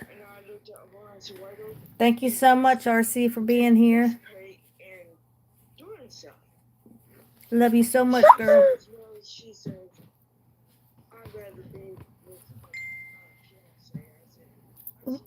Put them back down here. I said, I know better. And a couple of people said hi in the comments, WC. And Molly, how are you tonight, Miss Molly? Connie. Hi, Connie. Sorry about that, hon. Let me see. There was a couple more. Paula. Hi, Paula. And Kat. There's a lot of people that said hi, Debbie C. Sunshine. Hope everything goes well tomorrow and you have a fast recovery. I should be all right. I've had it done before. It's been a long time though, so just praying it works and maybe I can eat and eat a more variety of food. Oh, okay. You took a nap and missed the whole thing. Well, you needed that rest, girl, I'm sure. I know you work hard and your body needed that rest, girl. That's why I did it over here, so that way y'all could have it back for replay or something. But they'll just be going in and, well, we gotta see how big of a mess we got this time. But last time they put some steroid shots in me, it seemed to work for a little while, and like I said, it's been years since I've had it done, so we got to start all over. But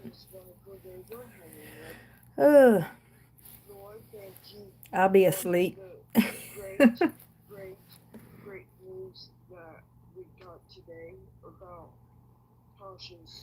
Yeah, we'll see. I doubt Regina is still alive, but we can check. Oh, okay, yeah, Regina's still alive. Oh, Leslie. Leslie's supposed to be going live, which I've registered. She's got a registration thing for it. Let's go back in trees. Yes, he does, girl. Yes, he does. I have made it this long for a reason, dadgummit.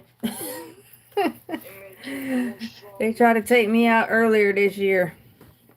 And then JP's minions and stuff have come after me now, and I'm still here. I am still here.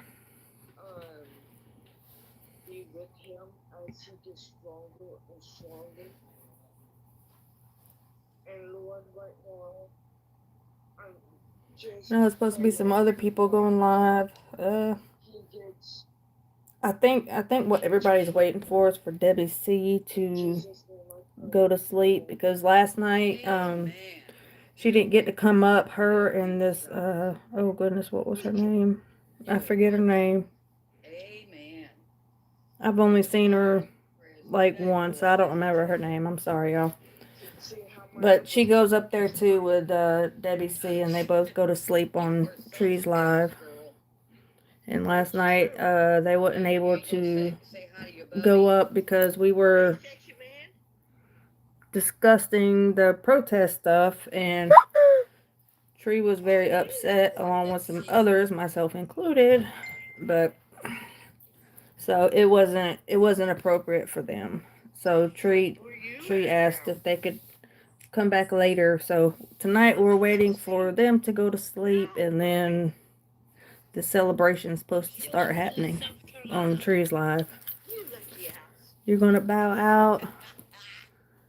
Well, thank you so much for being here, and thank you for your prayers and all your love. I appreciate you too. Thank you. Is Regina Ward live on YouTube? No, she's on TikTok. I can turn it on her if you want. Did you want to watch Regina Ward? I don't know how much longer she's going to be on for. Okay, be a smart butt then. Here, wait a minute. Let me talk to this little part for a minute. Here, we'll see if Regina's still alive.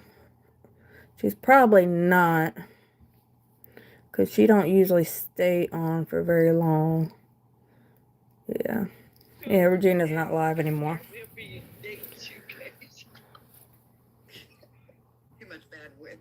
But in about, what time is it?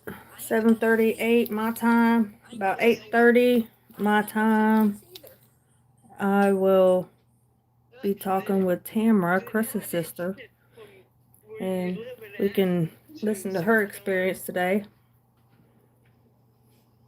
I know she was really nervous, but Susie didn't show up. Shame on him. Because Tamara said she hadn't seen Susie since, when was it? Early last year, I think it is. She hadn't seen her, I think she said.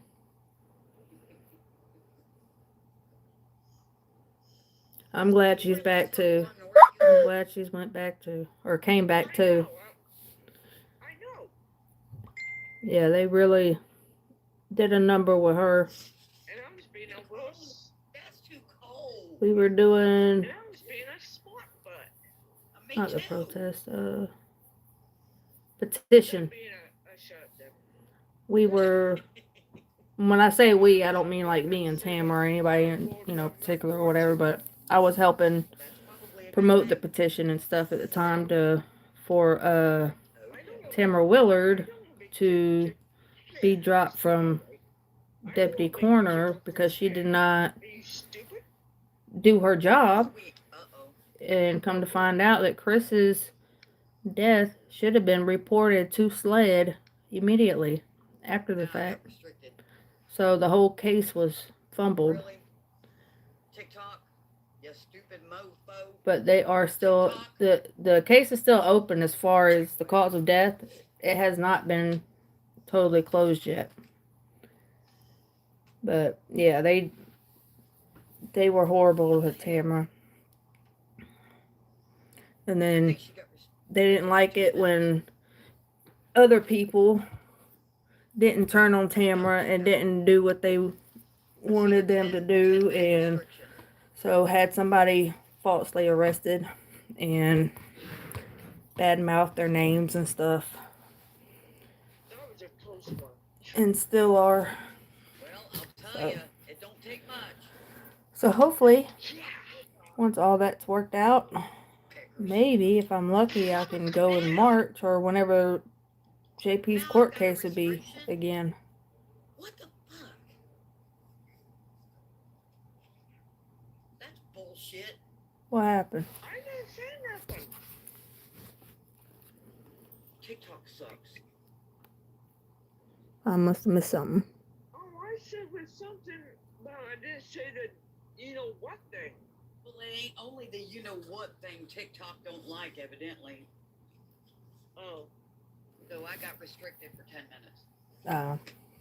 I guess you got in trouble on TikTok, which is easy. I tried to upload a video the other day about JP's indictment and the court and everything, and I got 3 strikes. So I kept trying to upload it. I was so mad. Well, I am in the panel.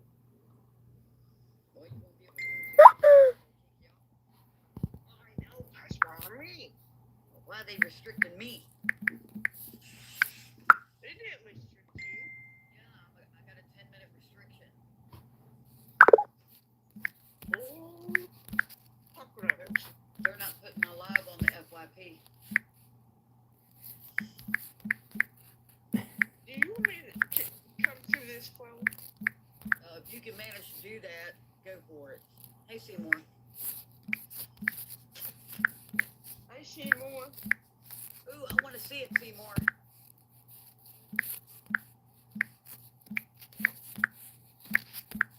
Sorry, Hey, Jamie. messaging her back real quick. Welcome in, guys.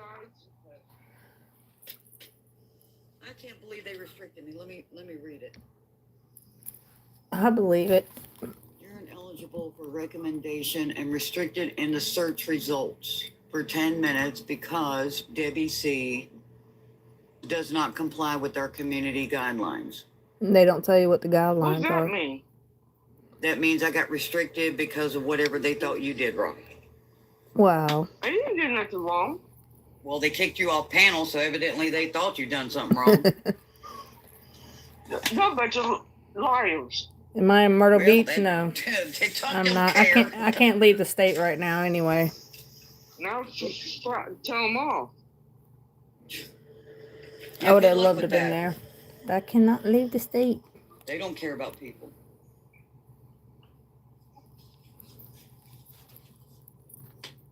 Wildflower said, hey, WC. Hey, sexy woman.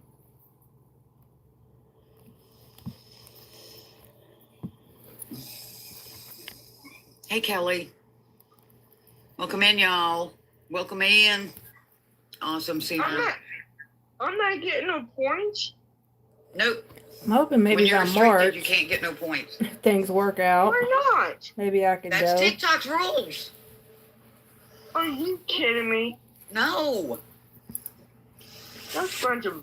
Every time I try and plan something, something goes wrong. Yeah, I know it. Gotta love TikTok. Shut Hey, Lord. Shut up, Debbie. You know you want to say it. Shut up. You better watch out because they might banana you for like a week. Or they From had a coming lot of into the flights live. coming in today in Myrtle Beach, though, or in Florence. Hey, lady in red. Hey, sis.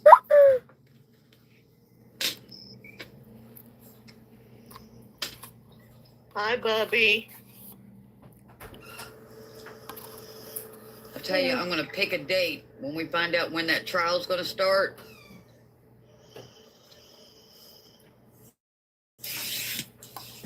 Why did ignore me? And I'm gonna try to make my way to South Kakalaki for 1 or 2 days. It'd be of awesome the if it was trial. on Micah's birthday, too, y'all. South Carolina? Yeah. Man, you guys are lucky. Well, I couldn't be there today because I Oh, can't James leave my went. dad by himself. James was there today. So I have And to, I can't. And I gotta talk to my nurse about this other issue on me. well, I'd like to see the whole trial. Really? What?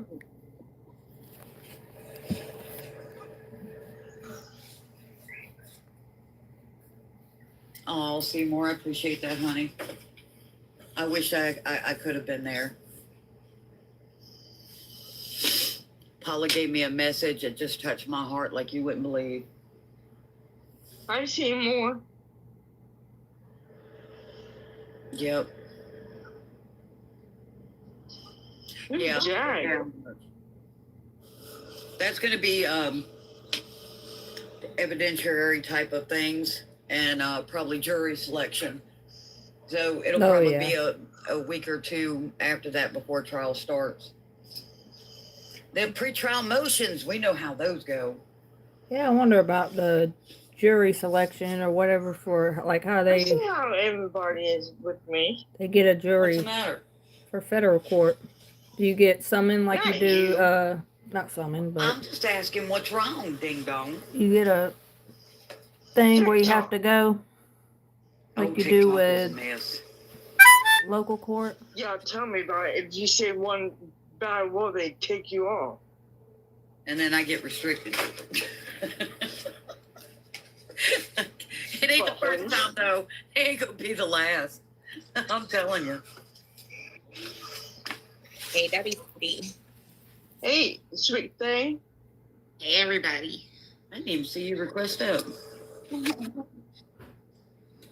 She popped out of the Club Blues. I guess Regina was saying something about You summertime. know it. We're gonna pop goes the weasel today. Right? We played Ring Around the Lives today. Yeah, No kidding. that's what we did earlier. Ring Played Around the Ring Roses. Around the lives. Yeah. Go ahead, WC. Yeah, I put it to you this way. I told my other trainer that I was going to paint the when I get finished. Oh. I showed is You can see if Leslie's live.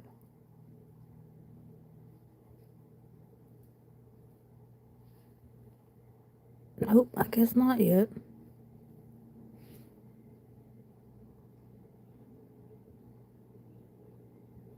Was her live tonight? I thought she was going live tonight.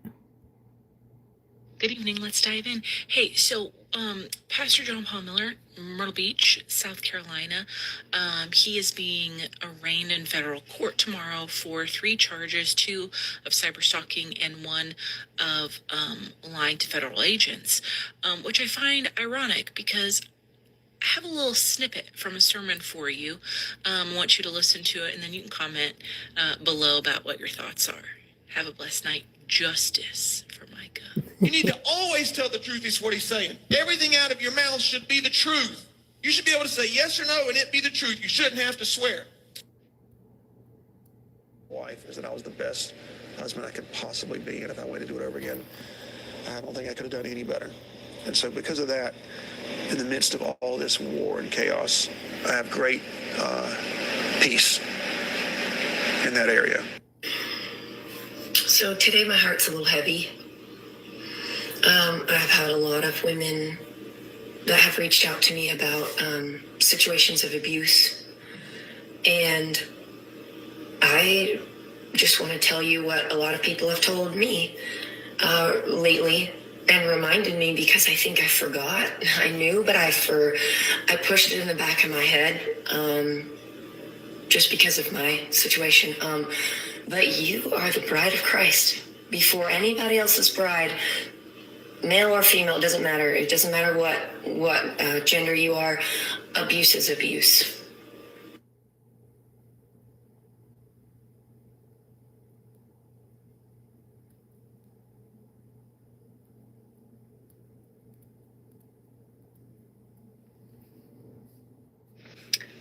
Good morning. Let's dive in. Okay, real quick. Wanted to chat a little bit about the attorneys on the case for Pastor John Paul Miller, or at least one of them in particular, because it's interesting to me. I think it'll be interesting to you because months back we talked a bit about Doc Antle and the Tiger King and the potential ties trying to to Mr. help others Miller. still. So one of the attorneys listed on those court documents is attorney Andrew Mormon, who is an attorney for Doc Antle. Coincidence? Maybe. Anywho, wanted to share that. We're going to talk a little bit more about the attorneys and some things. We have a lot to talk about before Monday, and then we're going to have even more to talk about. But I have some clips I went back through on some things to show you. We're going to talk about the plane a little bit, so buckle up. Have a great day. Good morning. Let's dive in. Today is a big day. Today is a huge day. And I don't think it's going to end today the way a lot of people want it to. But at the end of the day, watching and knowing that he has to walk into a courtroom today is something to celebrate. I know, right? Now, I don't know if he's going to walk out today. I don't know what's in store. I wish I could be there. I'm living vicariously through the many of you who get to be there. And I thank you for being there, for being a placeholder for those of us who wish we too could stand right there and watch these things happen today. So many people have fought for you, Mica. But at the end of the day, this is his own doing. It's just the truth being revealed. I'll be back with you all soon, later, to chat. Have a blessed day. One thing I have great peace about between me, God, and my wife is that I was the best husband I could possibly be, and if I went to do it over again, I don't think I could have done any better. And so because of that, in the midst of all this war and chaos, I have great peace in that area. And you chuck it on your father, you chuck it on your brother, and you chuck it on your sister, you chuck it on. Oop. Good evening. Let's dive in. Before Mr. John Paul Miller went kind of radio silent, right, on his news interviews, he gave us some doozies. And I want to make sure, in light of tomorrow's arraignment, that nobody comes across one of my videos and doesn't hear the good man's voice tell his own story, right? He told his own story. He gave us his thoughts and opinions on the passing of his wife, Mica Miller. And so here are just some snippets from some of the interviews that he did. As if his own sermons don't say enough, these interviews say quite a bit. Enjoy. Justice for Mica. Out me and with her family. She's off meds and she committed suicide. That entire week, I'd emailed her several times that week, and my regular emails are sending her letters telling her that I love her. And so the week before she passed away, I probably emailed her maybe 7 or 8 times that week just saying, I love you. You need your lithium. Don't forget who you are when you're on medicine versus who you are when you're off. Wow. I made a vow that I was going to do something every single day to try to get her back on her lithium and save her life. And so every day I did something. Sometimes I did 4, 5, 6, 7 things. Some days it's just one thing. But every day, whether it was an email, a text, visit someone, talk to a family member, talk to a friend, go somewhere, go to a judge, go to probate, I'm going to do something to save her life. And I spent every single day for those 3 months doing that. Are you trying to ask me if I think somebody murdered her? Do you think anybody murdered her? No. I'm going to tell you this news. And I want you to leave. I don't want you to stand up and talk about it. Why? That's a great question. And that was actually intentional, because the last thing I wanted to hear was people talking about my wife. I wanted them to go up and take it to Jesus before they start, doing what some Christians like to do and just chatter. And I didn't want to experience the extra pain. I didn't want to be mad at somebody in my church because I heard them say, well, I'm not even going to guess at what somebody could have said, but I didn't want anybody to say anything negative about my wife. And so, was our marriage healthy? It's probably as healthy as any other American marriage. Have you ever abused your wife? Never, not once in any way, shape, or form. I took better care of her than anybody could ever take care of her. I never made her clean the house, not once in 7 years of marriage. She never had to cook a single meal. She never had to work. Sense. She was never harmed physically in any way. That you would change? Do you feel any part responsible? God, that's a great question. Man, that's such a good question. Wow, what a good question. Can I have a second to think about it? Sure. Okay. Oh my gosh, that's such a good question. What would I do differently? Oh man. I know what I do. I would not involve her family when she's having mental episodes and is schizophrenic and is off her meds. I would never have texted them. We've seen you dressed as Spider-Man in videos. Okay, let me just wait, hold on. I'm not Spider-Man. I can either confirm nor deny. To me, it says Spider-Man as the person who's texting me. So we've seen you in videos dressed as Spider-Man. We know there's a Spider-Man character in your back of your house somewhere.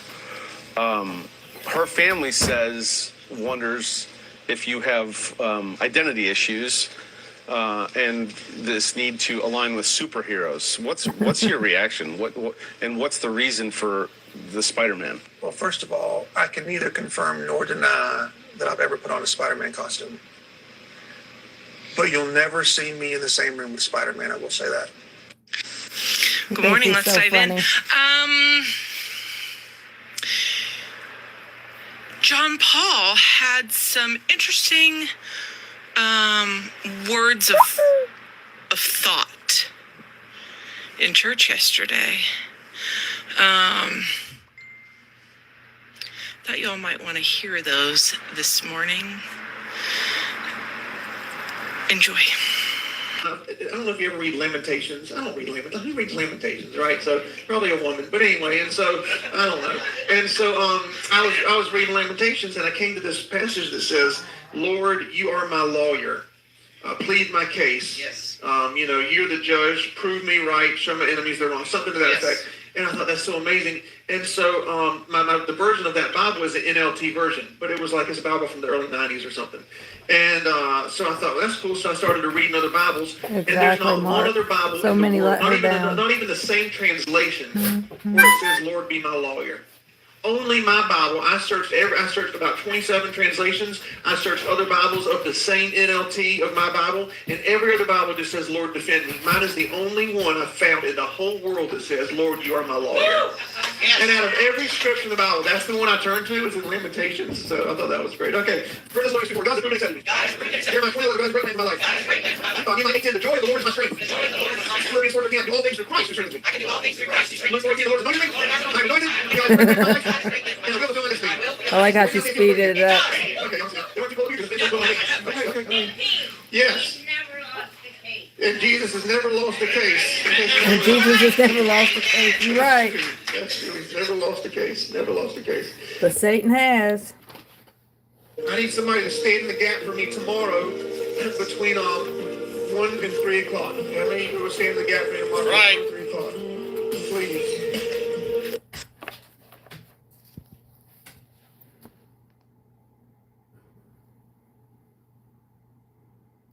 I'm wondering when her live is supposed to be. I thought she was going live tonight. I could have been wrong. Might be tomorrow night.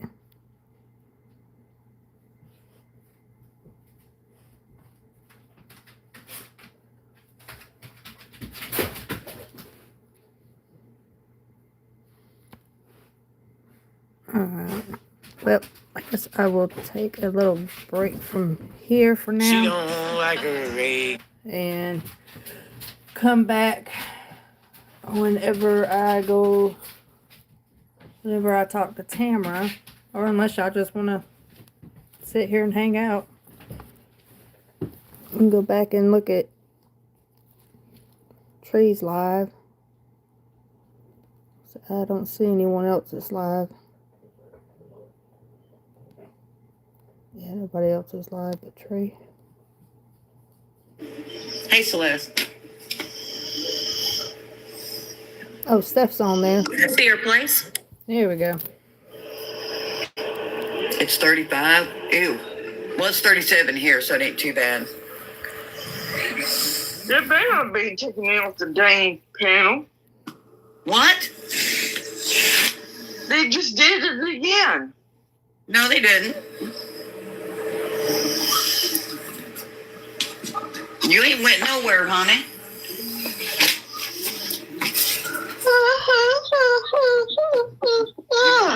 Night, that's where you about going. How do you know? Okay, gotta go. Bye. Love you. Love you, Steph.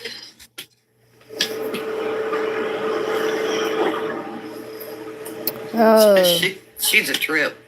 you know what? I don't think Tina Corley was there. Yes, I'm glad they all got to go. No, Tina C was not there. If she was, nobody saw her. Oh, love you big too. Right, Debbie C? Yep. Nope. Trisha was not there. Nobody inside was there. Nobody. Yeah, I got JP a didn't have question for anybody you. there. What? When you always say Debbie. Uh-huh. Alright. I'm gonna turn him down. How do you know I'm asleep? Yep. The saddest part is that she needed help and she could not get the help that she needed. She could be here. She should be here. Okay, Brett. So many failed her. They just had the arraignment in the federal court in Florence, South Carolina. He's on a $100,000 bond. He has to look for gainful employment. He cannot leave the country. He's got to turn over his passport, give a DNA sample, and not apply for any passports, and can't leave South Carolina without extinct permission. I guess that kind of lines it up. We tried to catch James for a haircut, and he was too fast. You're welcome.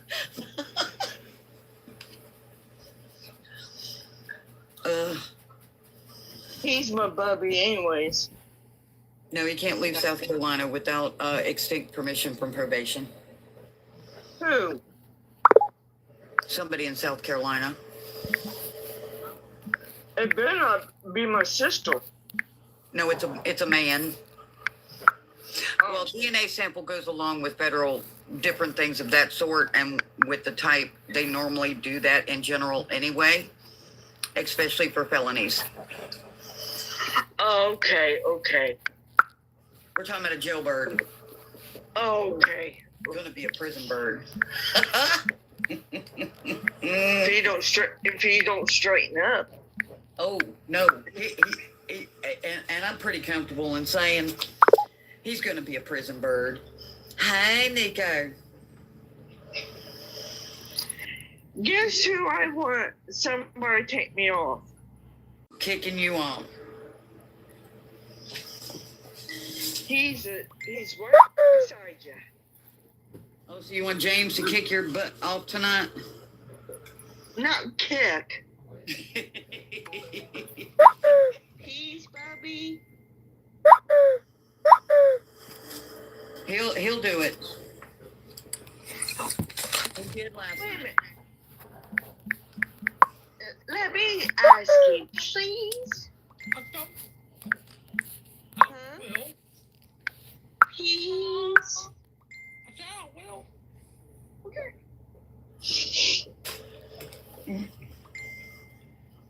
Because my missus kicking my tushy.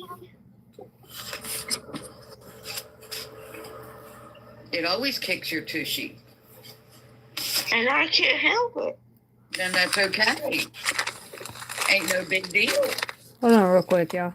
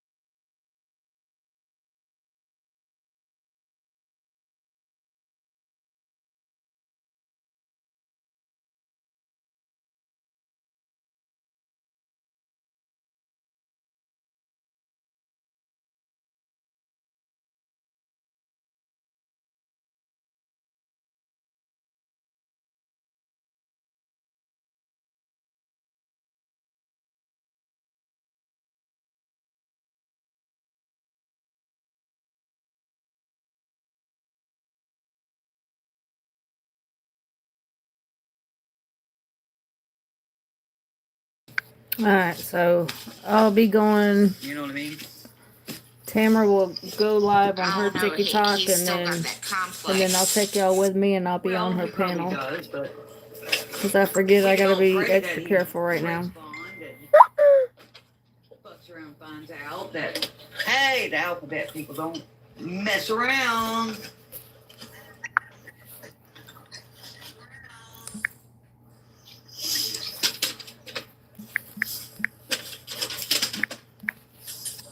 Right, Debbie C?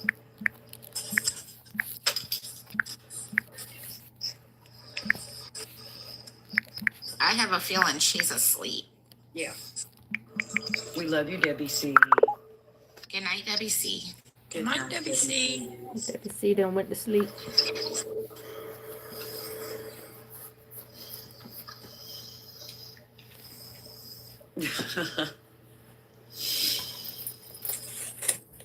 Oh, yeah.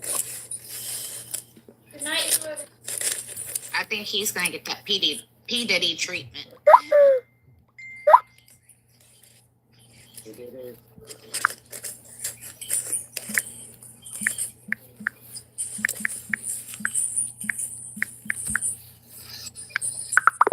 I wonder why, a certain somebody didn't become like any kind of sociable at all. No telling. It's very rude.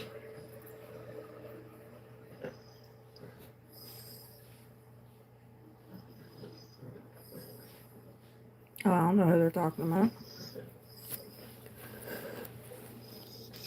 I just wonder how he's enjoying that monitor. What if he got shocked by it?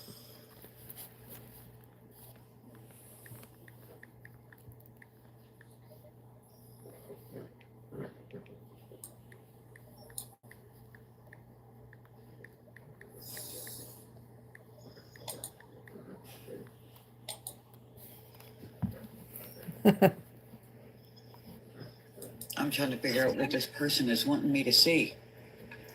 I agree, TJ. I don't think it'll take too long at all for him to violate it. That's why I said I'll give him to February, and that's giving him a little grace.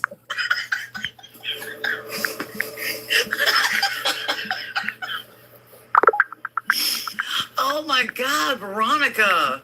That would be hilarious as hell. I'm just saying.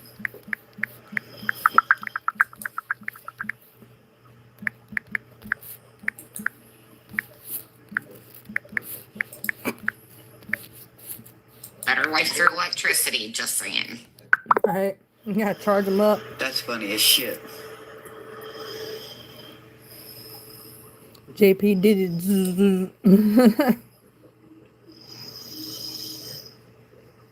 That would be awesome. Oh. Sorry about that. A finger slip. It's great. So I'll probably be going on Tamra's channel. It was funny. And then that way, if she wants to continue going live, I can just drop down. Because I won't be able to stay up too late. Are y'all headed back tonight or tomorrow, James? In the morning. Tomorrow. Okay.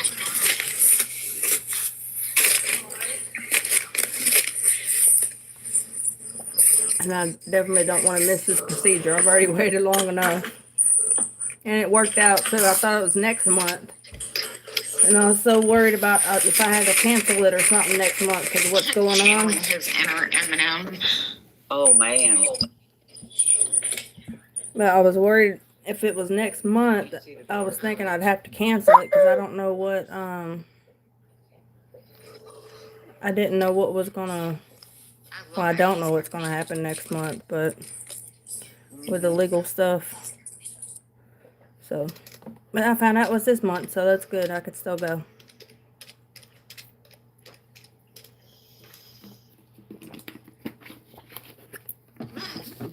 That would be accurate. Oh, sorry, I didn't mean to drop y'all. The ankle jewelry be full of ants.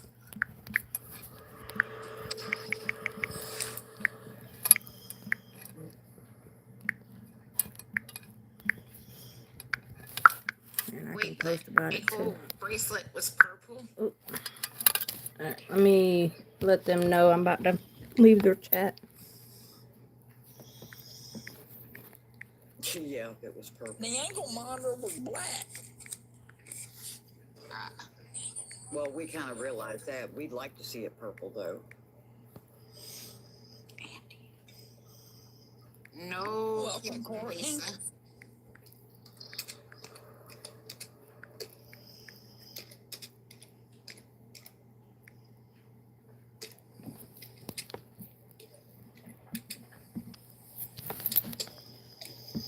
Oh, wow, Paula. Fixing to hop out to talk to Tamra. Oh, okie dokie. All right, Veronica. Hey, Sophie. Yeah, his toes could hold it. Right. Them toes reach into next week. Say something. Oh, that would be something.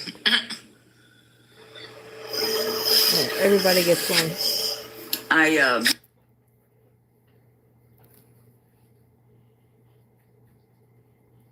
Alright, let's see. Oh, dang it. All have a level of disappointment that this isn't like an immediate murder case. But it is a step in the right direction. And if you have not seen the press conference, I guess that's what you call that after. Leslie would be going that the attorneys live tonight did, after all. the prosecution did. I may be reading a lot into their body language. I think I've caught Leslie live like their one time. inability to not answer things. Thank you so much, Molly. But I think this is just the tip of the iceberg. Hey, Veronica. Hey, Leslie.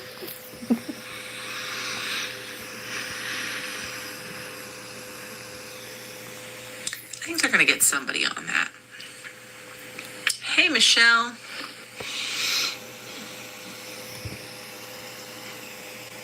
Yeah, you know, they kept saying this is an ongoing investigation. That means this is just the first charges. This is what we need. If you didn't see that video I did on that, I talked about how this was like the easiest, without a doubt, evidential charge to start with. I'll probably be here an hour. And then I really got to go to bed because I got to work tomorrow. And to be fair, I should have already been in bed because I could not sleep last night. I don't know if it was today.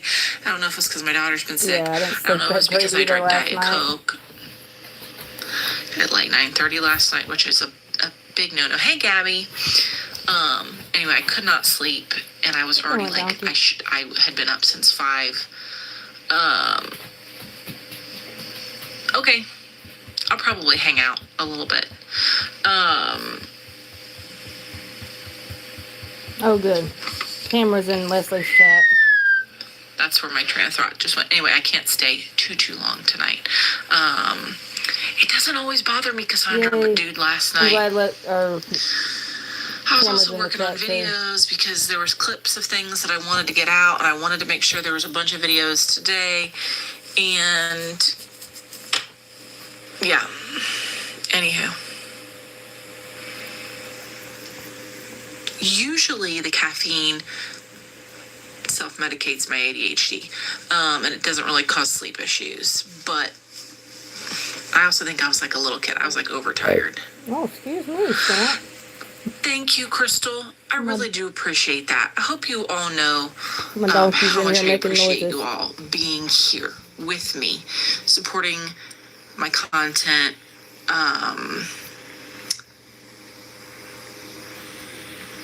I mean, I've said it once, I've said it a million times. I'd have walked away a long time ago if it weren't for you all, legitimately. I mean, Mica, obviously, but I could have continued to do research and still supported Mica without ever posting a video. Honestly, I don't believe that the video is what did it. But you all kept me going and will continue to. Yep. I know we're 19 months in, but we're at the beginning. You know, Crystal, I really hope, I dream of the ability to have a podcast ultimately, or do longer format content at some point, when I can talk to people,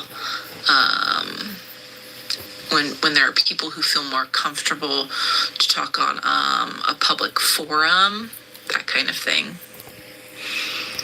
So, okay, so let's talk. Let's have our first talking point, and thank you all for being here.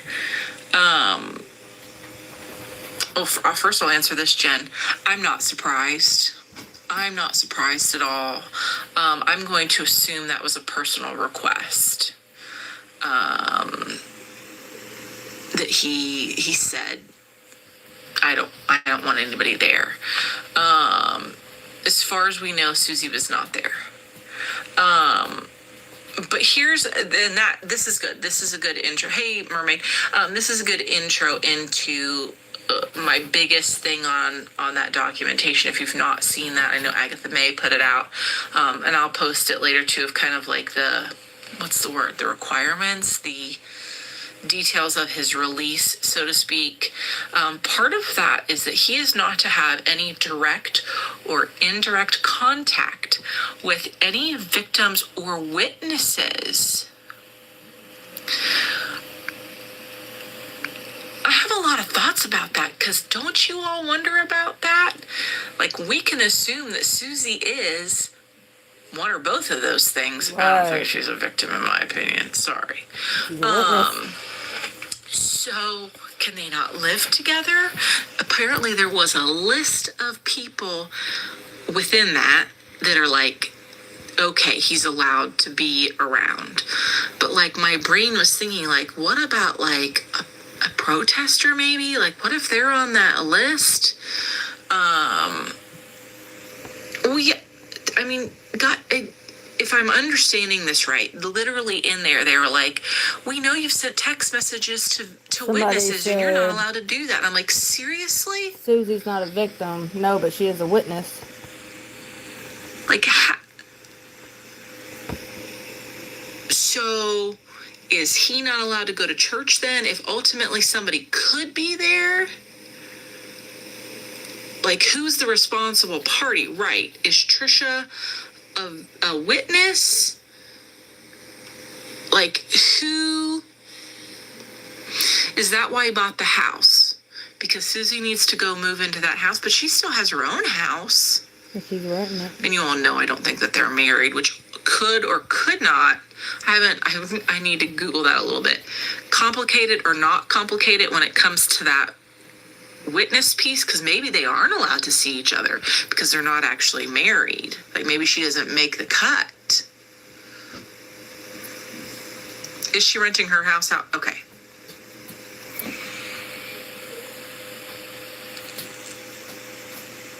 She didn't actually sell it. She bought a condo, which is supposedly for the kids, or one of the kids. It doesn't save them from testifying, though. That's the thing. And he's got enough lawyer friends to be told that. Hey, Kristen.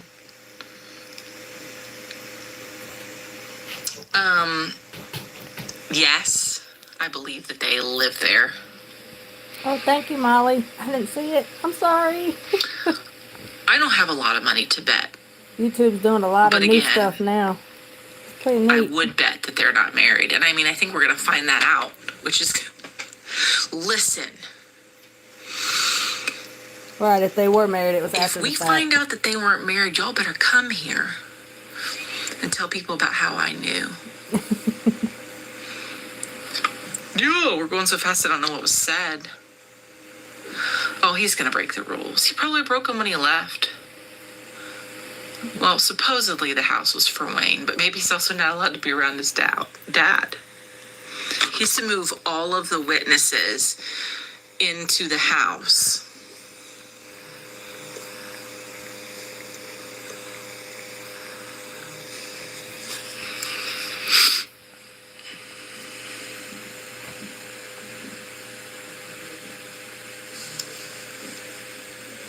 Now, that's the kind of ankle bracelet I want to see. I just want to see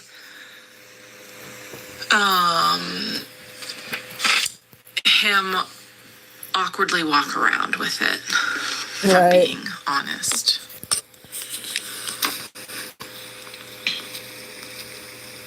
He looked more. Am I able to see? Hold on, bear with me.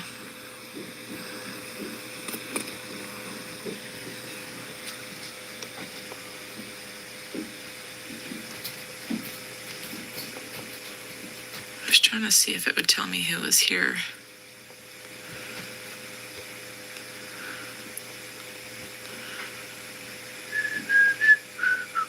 Oh, Tamra's still in there. Oh, what time is it? 8:23, okay. Hold on. Falky. Sorry, I don't mean to. Justice for Mica's comment said, I can hear the complaints, aka whines coming. It's too tight. My legs hurt.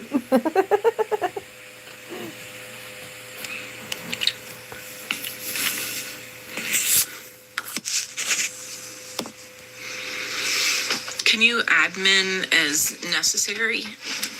Moderate is the, I guess, correct word.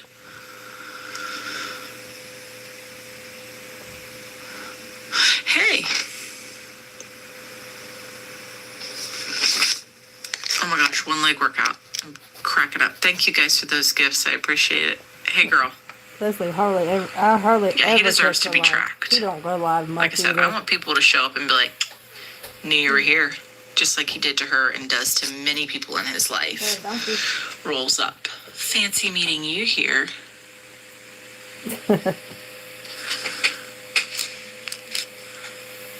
You let them out? What you doing? Bed made? Oh. He does not get more than, he is probation officer and has to report for drug testing, which I think he's going to fail miserably.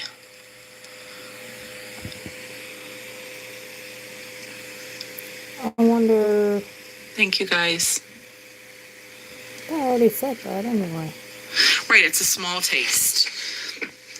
Do I really think that he'll feel bad about it? No.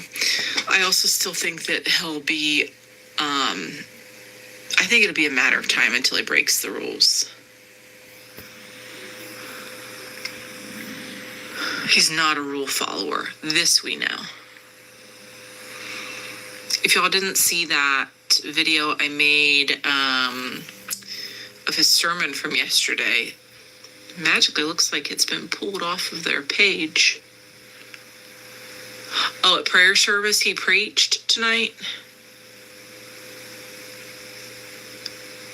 He ain't gonna get those drugs out of his system. He gonna be paying somebody for their urine. Mm-hmm.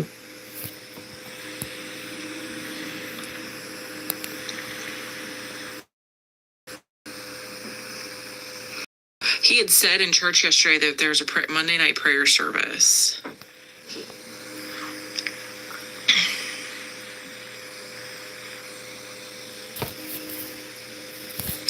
I agree, Laura. It's not like he, it's essentially just to keep track of him, but not really limit him. Although I guess they would be able to prove if he went to a victim or whatever very easily because he's master of the cell phone number changing.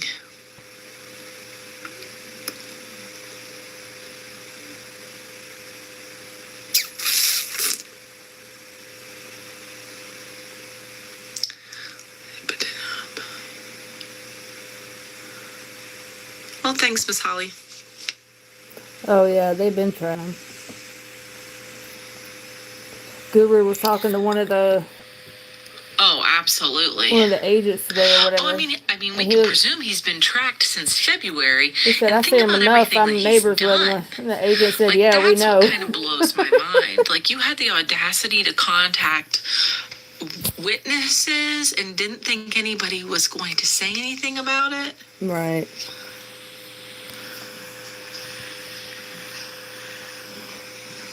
Yeah, it sounds like maybe March we'll get some info. Miss L. Klein. Somebody call me. Sorry.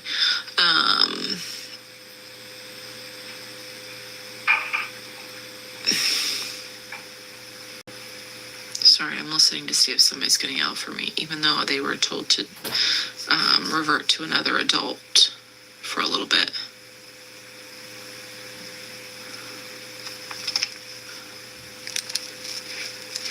Sorry, I lost my train of thought. Right, March.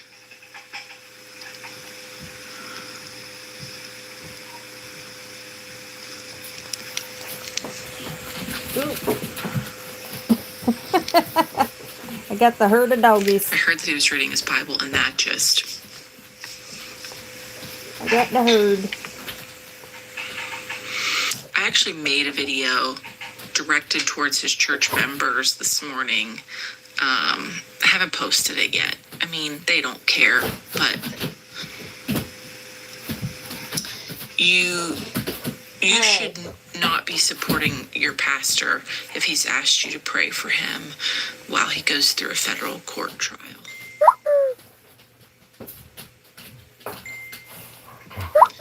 And his bullcrap thing in church yesterday, sorry, call it what it is, saying that he just happened to read Lamentations and it just happened to call God the lawyer. Bull. he Googled that. He Googled, is the word lawyer in the Bible? And then went from there. Because, by the way, as you saw, I Googled it when he was like, his Bible is the only one in the whole world that uses God as a lawyer. It's the only version. Hey, Laura, bull freaking crap. How come I found it as soon as I Googled it? And I don't know what old lady that was in church who was like, he never loses a case. Darn right, God is the lawyer here, and he ain't gonna lose. Well, it's funny because, Debbie, there's a sermon that he talks about all these great pastors.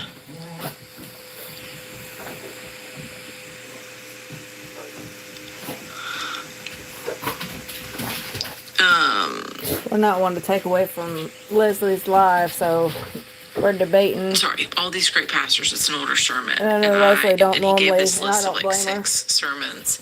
Leslie don't get 6 on pastors, panel, and when I and she looked them don't all up, every single have one people up but on panel. one had a news story about them Which being I don't blame her. basically a inappropriate human.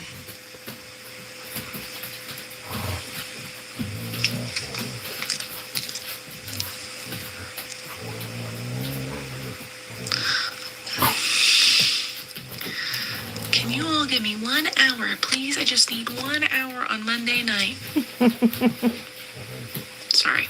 And of course, I'm getting a million text messages from people in my house. God is a judge all. It was probably Mark's mom. Don't worry. Don't worry. Mark is alive. We have found Waldo. He's in a football jersey. Aye. He must get those free. I am too, CJ. If you are here and you were there today, thank you for filling those shares. I heard it was basically He'll all be letting women, doggies in, which so makes they're me playing very now. happy. I heard that they are used to a turnout like that. I anticipated that would probably be the case, that it would be rather out of character for kind of a small story, you know what I mean, to have the courtroom filled. Aye. Listen, he goes to trial. I'm going to figure out how to come up with that money to come down there. Thank you guys for the gifts, everybody who sent them. I appreciate y'all. I'm just honestly so glad to be here with you. I need to look for a good deal on a flight. Leaving on a jet plane. Maybe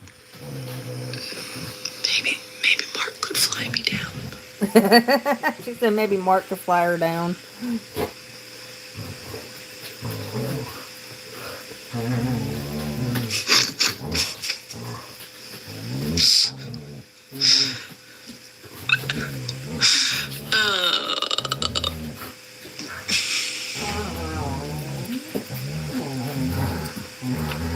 We don't know. The next potential hearing is March-ish. Right, I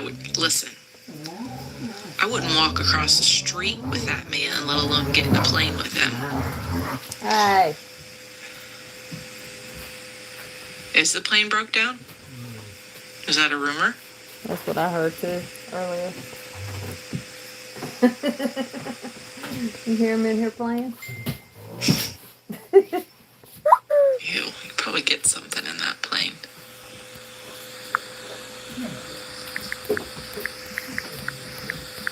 Rumor that it's broke down? I mean, it hasn't flown in a long time. Seems weird that it flew perfectly fine, literally,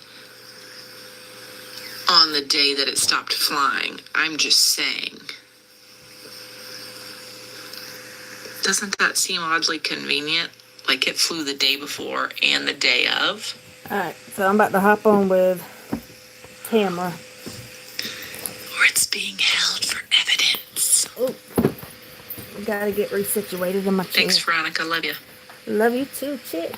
she said it. I'm such a fan girl. Broke down.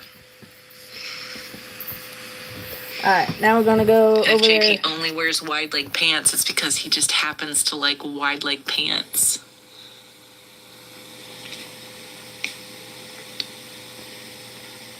I gotta read up on like how that all works, but like.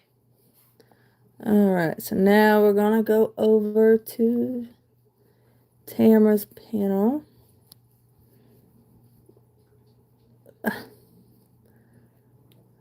Said I was on my way. Where did she go?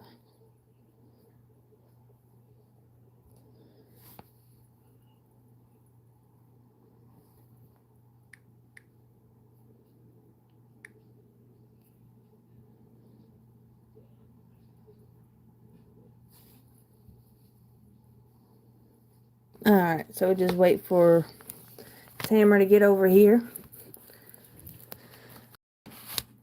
That's what we'll do. We'll wait on Tamra. So we go on her panel, and then that way if I needed to get down and she wanted to stay live, she could.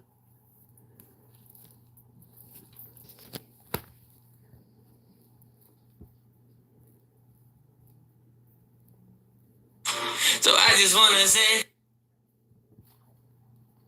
Oh, we saw that.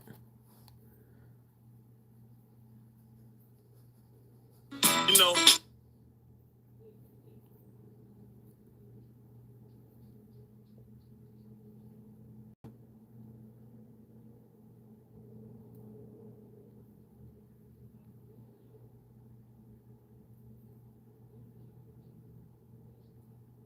Wouldn't let me do Love it. it. She don't.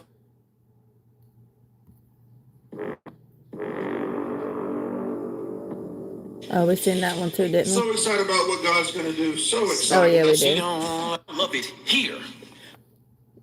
All right, here we go. Welcome, welcome.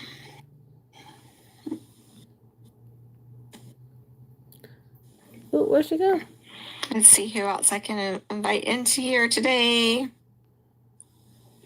I'm sharing it out.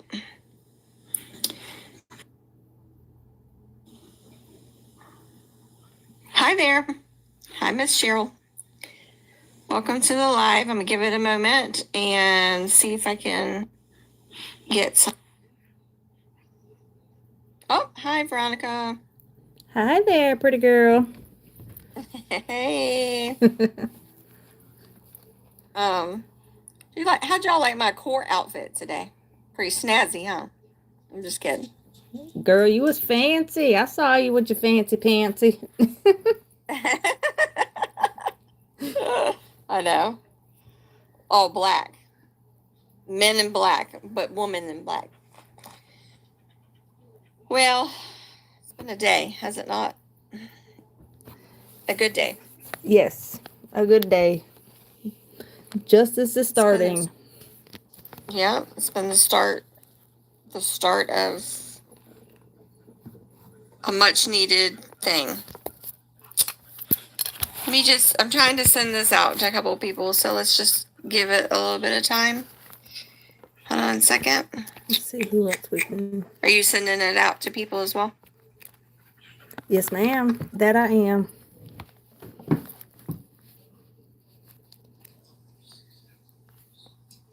Mm-mm. It was a unique experience, truly, to do that. And I'll explain it more. I guess if we can get some people to roll in here, because the last thing I want to do is be redundant, right? Right. Redundant. Yeah, definitely don't want to repeat myself for sure. Oh, Veronica, you my. Hi, McLovin. How's it going? I just got live and look, I got one more coming in. I was like, there's not a lot coming in, so we'll see if we'll get some. McLovin, I love your videos. They make me laugh so much. And I'll send them to my mom. And I make her laugh too, which is really good because she needs it. I should send him that picture of that gold, and he can do something with it about finding the gold. Yeah. Yeah. I don't know, like who all went live today to discuss the case. I don't know because I didn't have my phone on me for court, so I was curious. I know Jonette kept her live on. I think Melissa Pfeiffer's mom kept the eye on the phone, and then Guru was out there. James got to the press conference, so we got that, and then Steph did some live too, I think, and Melissa Kaysen. I gotcha. Well, I saw Melissa Kaysen there. She came over and gave me a hug. I saw Steph. Steph came over and gave me a hug. I'm trying to think who else. Who else did you say? James. I saw Jonette. Yeah, I saw Jonette from afar. I didn't see her like close up. I saw. Let me think who else. Robbie Harvey was there. All the news people were there. Hi, welcome in everybody. Yeah, all the news people were there, of course. Adriana Lawrence, she gave me a good wave from across the courtroom. She was on, y'all.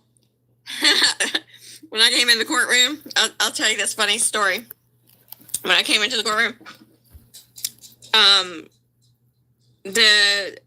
I guess whoever was at the door kind of seating people, he sat me on the right side, which is the best side. Why?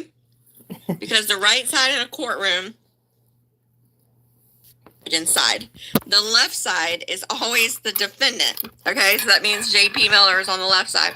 And when I walked in, all the protesters were sat on the left side. Isn't that funny? And oh wow. So they set me on the right side, and I was like, thank the Lord. I said, because I don't want to be sitting on JP's side. That's for sure. Right. So, I mean, not that they did by choice, right? They were seating people, but I just thought, I'm glad I'm on the prosecuting side and not the right. not the other side. Yeah, we're on the right side of justice. Right. So it was serious. Listen to this. Everybody, McLevin, are you still here too?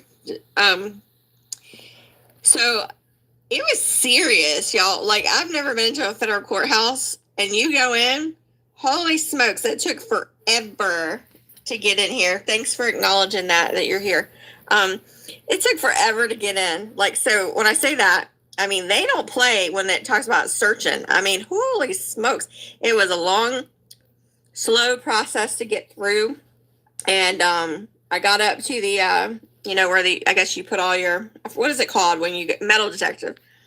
And you get up there and you have to put your bags in and stuff. And I was like, please tell me I don't got to take my boots off. Because some people were taking their boots off. I said, please tell me I don't got to take my boots off. I said, I got no metal in my boots. And the guy smiled at me. And he said, well, we'll see if you can go through without it. And so luckily I didn't take my boots off. And I was able to make it through, so that was good. So no, they didn't play, and they were serious. Right, I can imagine. So, yeah.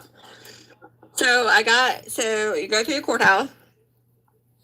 It was on the third floor, so we went up to the third floor, and we got seated. And when it was time for court, I'll explain. So shortcake, I'm going to explain why Susie wasn't there, because I know. So I'll explain that in just a second. But I got put through, right? And I was sitting on for court. all it was impressive. There was an impressive team of lawyers or prosecutors walking through the door, and it was like one after another, and they all went to the right. So they were all for the federal prosecutors. And there was probably like, I don't know, 5 people or so, like 5 of them. And they all come piling in. I was like, whoa, they got a whole team. That's pretty impressive. So anyway, so they came in, and then JP came in with his 2 attorneys on the left side. And they walked into the courtroom, and he walked in very docile and very calm, and he had a little Bible with him, and he sat down. And one of the things I noticed, and McLovin and the other shortcake, I'm definitely going to answer your questions about Susie. But JP came, and he sat down with his little Bible, and he literally, I never saw JP turn around and look back behind him. He stayed laser focused forward. He stood up when the judge told him to. He answered questions when the judge told him to. And he was, he was respectful. But then I never saw him turn around and look at anybody. Boy, I was hoping he was going to look back and see me staring at him. But about Susie. So was I expecting to see Susie? I was hopeful. That I would see her. Because it's been some time. She's avoided me for quite some time.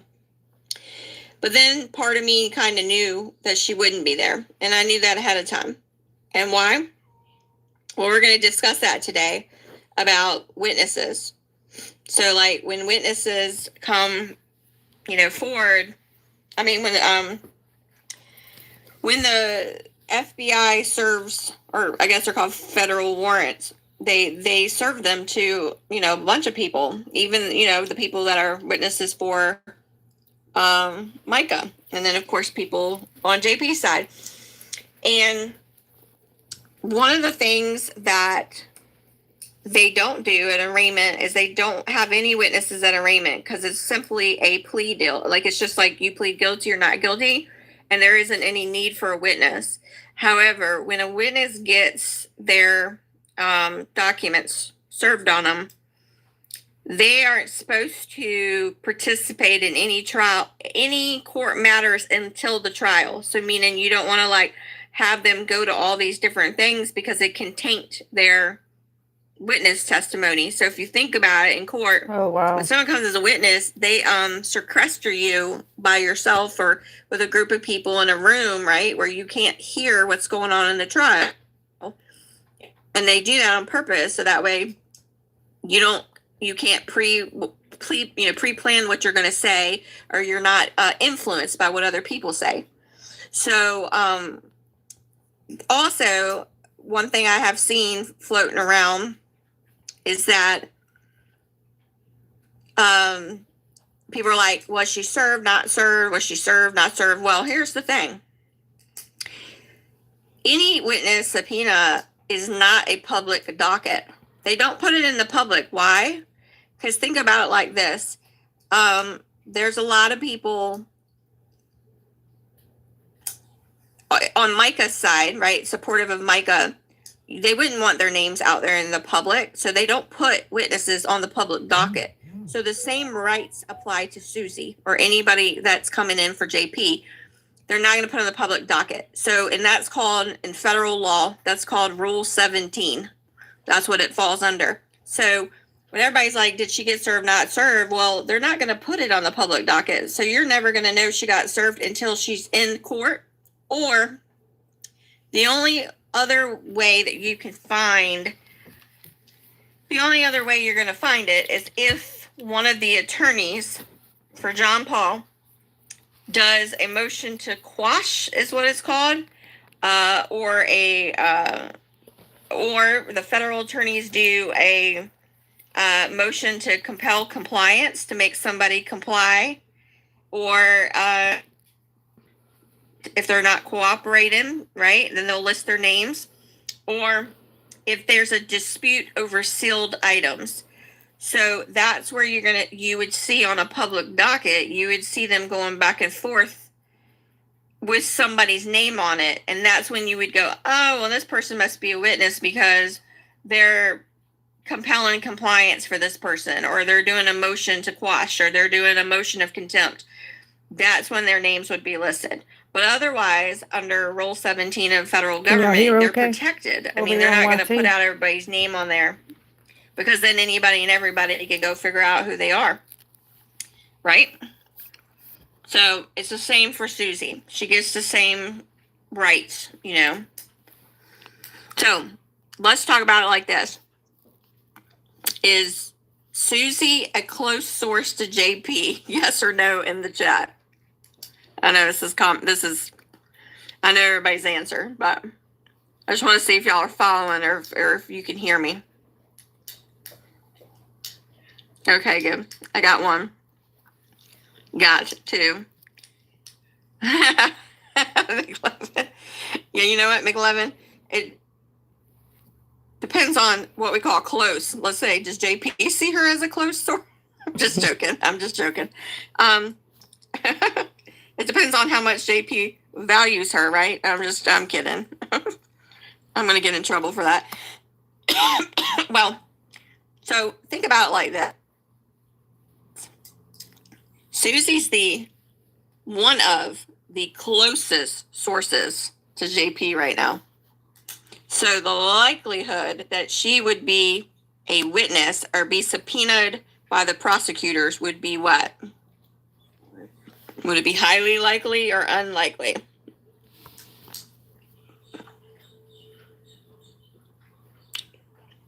Hi, Melissa. Welcome to the chat.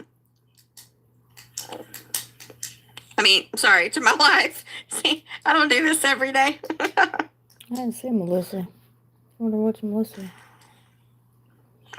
Pfeiffer. Let's see. Highly. Love it. McLevin. Yeah, shortcake. Highly likely.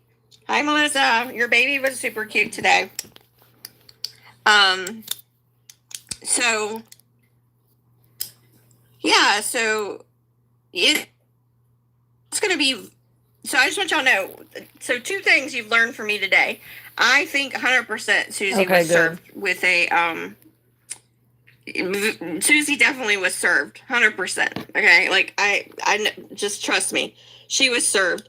And number two, you're not going to, she's not going to be put out in the public because why? What's the federal law?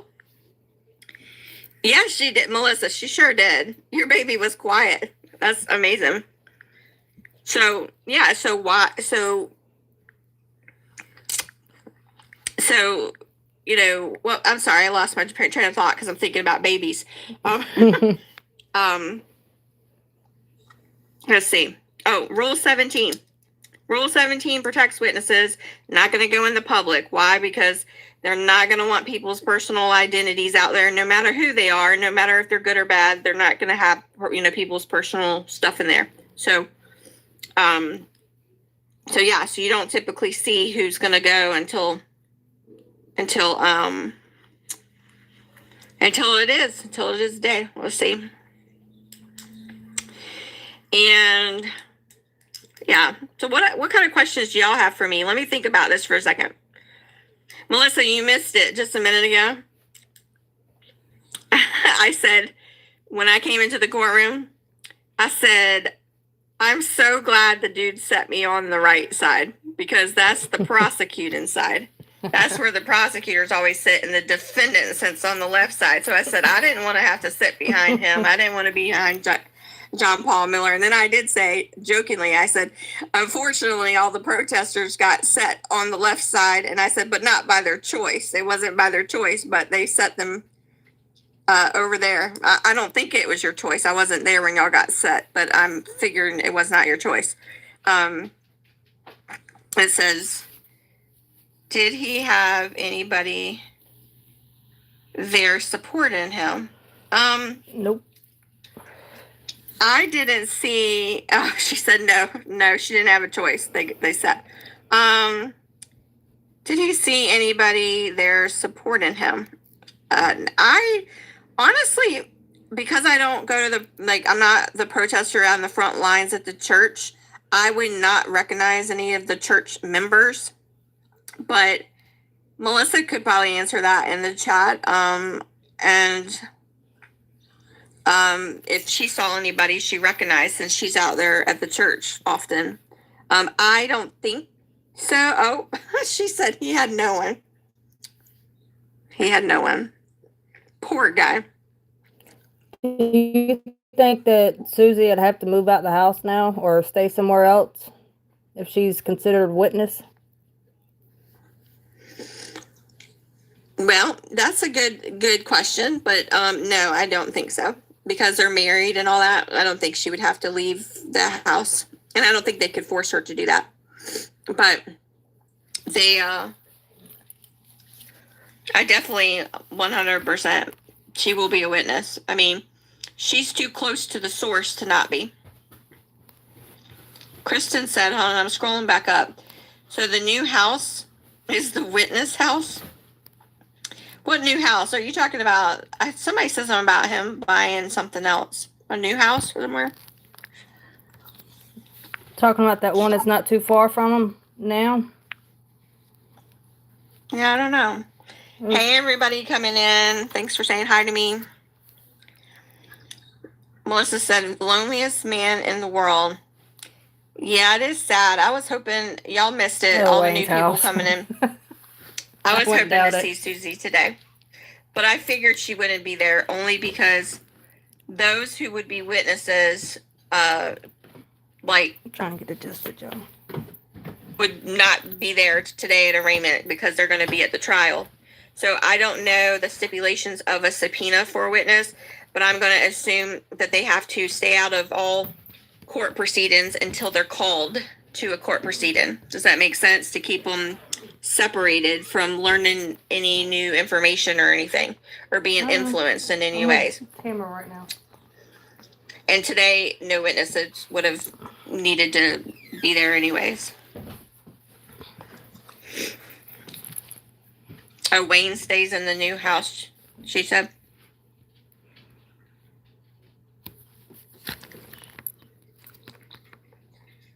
Gotcha. That's cool. Well, so my takeaway was, well, first of all, I stayed really quiet and kind of, I'm sure people that were there observed that about me. I stayed very kind of quiet, kind of in my own little world, in my own little pack. And I, you know, guys, I am a lone ranger, right? I've got two, elderly parents. Both of them they're both struggling medically. They both have a lot of health problems. So they, I can't bring them along for these things. So I'm kind of by myself. And as you know, I don't have either one of my brothers. So I was trying to search for people. I was like, how do I, how do I have someone to go with me? Because I didn't really have, and then of course, 3 ladies that I have met early on in my advocacy who I now consider friends of mine.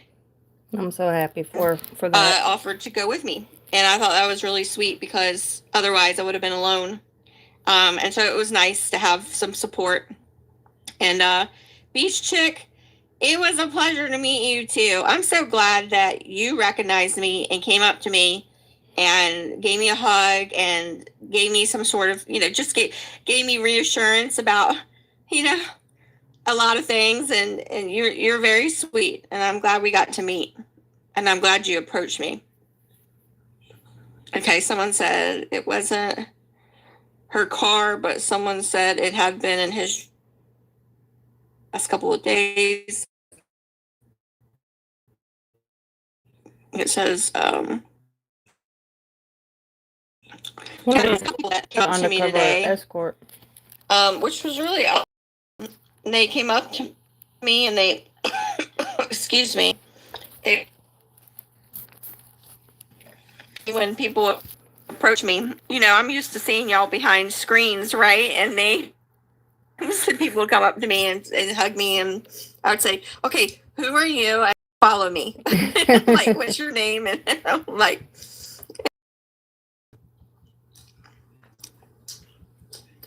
but overall it was good. So sitting in the courtroom, excuse me, my take on it was she saw him as a flight risk and a safety risk, and his attorney argued that he's not, so glad too. and that he the argument was, well, this whole time he's known that something he's I was been under worried about her investigation being by herself. and he hasn't gone anywhere or done anything, and he voluntarily came to court today, so he's not a risk and he probably shouldn't need an ankle monitor. And then the prosecutor responded and said, well, there is safety risk, and I am pushing for the ankle monitor. And ultimately, the judge went with the prosecution and agreed to put an ankle monitor on him. And we can pay $100,000. And guys and gals, I don't know about y'all, but I don't have $100,000 sitting around. But I guess he has it, because I wouldn't be able to come up with that. Would y'all be able to come up with that? I'd be like, you have to put me in jail because I don't got it. Right. But you know something I'm going to research is how do they come up with the bond amount, right? How do they come up with that amount? Yeah, he didn't even have to hold a house or anything collateral either. Oh yeah, Veronica. Yeah. Well, somebody said in there he didn't have to pay. So Debbie, tell me why didn't he have to pay? And then Melissa said, remember, he asked the FBI to investigate. I'm sorry, I'm laughing about that. Yeah, it was an unsecured bond. You know what? That's funny. If he doesn't show up to court, then he'll have to pay it and they'll come get him. But it was an unsecured bond. So I guess it was like a promise, like make a promise or we'll take this money and your freedom quicker.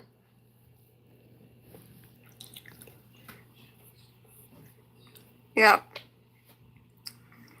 Yep. Let's see. It says it's an unsecured bond. It's basically a PR bond. Yeah, but even with that, am I right or wrong? Even with that, you have to pay some sort of percentage of it, of some sort. Like he has to pay some sort of monetary, right? That's what I was thinking. I don't know. I have to look into that. Yeah, that's what I was thinking. Go ahead. Yeah, go ahead, Veronica. 10% is usually, well, here anyway. It's usually like 10% of the bond. Yeah. It's got to be something like that. So maybe it's 10,000, maybe. But we'll have to look into that because that's interesting. Let's see what else. Laptop's freezing right now. I'm reading the chat. Veronica, do you have anything to add? I know I've been going on and on.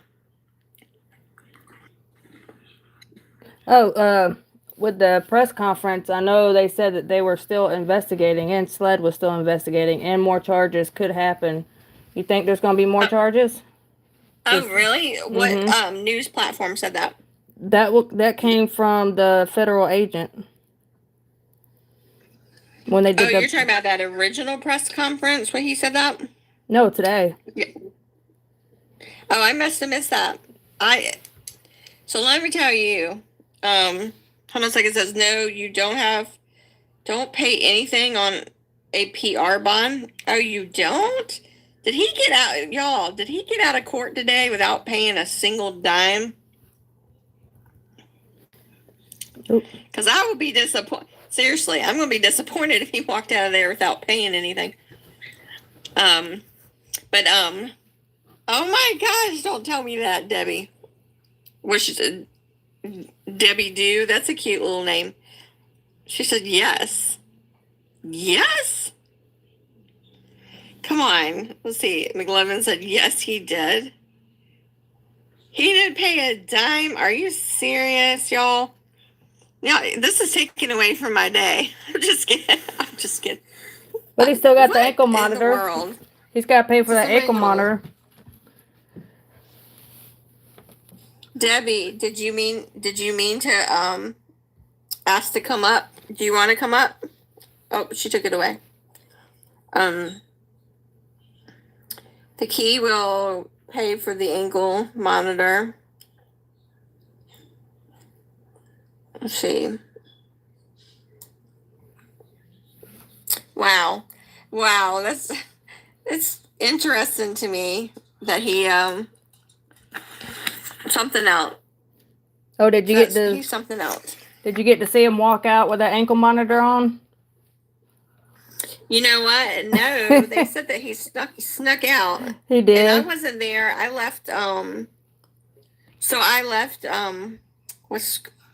I left kind of before. I guess some of the people hung out afterwards, and that's why I posted on Remembering Chris Skinner page. I posted. I guess Robbie Harvey stayed back with a bunch of people, and they asked his attorneys a bunch of questions, and I posted that on my Remembering Chris Skinner Facebook page. Mm-hmm. And I left because as soon as I drove all the way home, I had to go to my son's school, and I've been at a school event all the way up to 9:00 tonight. So seriously, I've been like going all day. But so no, I've missed all the news, everything. So y'all can fill me in, Veronica. Yeah, he was extra pigeon-toed on that side today when he walked out with that monitor on. Like he was doing a little pigeon dance coming out. Did you see him coming out, or are you just being funny? No, I seen him when he came out. He snuck out the side, and you could see the ankle monitor on him. No way. Yep. Oh my goodness. Yep. I can't wait to see it. Maybe I'll shock him. Take a shower and go bzzz. Okay, wait, McLovin, I'm catching up. It says he has to stay crime-free, and if he commits crimes in his sleep, oh my gosh. I hear my cat at the window outside.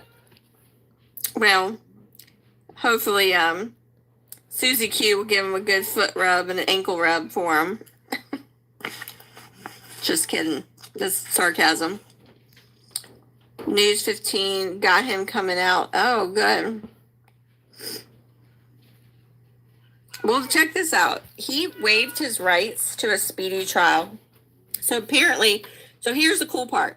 When I left court today, I went into an elevator with a whole lot of people, and Regina Ward came into that elevator with us. Go get Kitty some food. And I don't know how the elevator got not stuck, but it kind of went down and came back up, and it never opened. So we were kind of together, and I asked Regina Ward, I said, what did that mean when he waived the 70-day thing?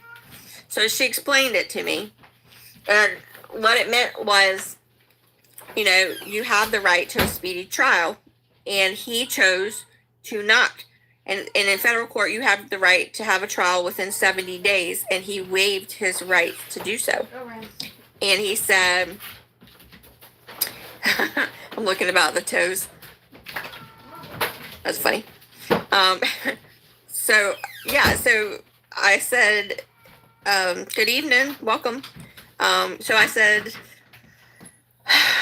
so about 70 days. And she said, yeah, so that means he waived his right. So that means he'll have to wait to the next jury pool, which will be in March. So that means he has to wait till next March. They're going to jury pool. So his trial will not be until after March, so probably late spring, maybe early summer.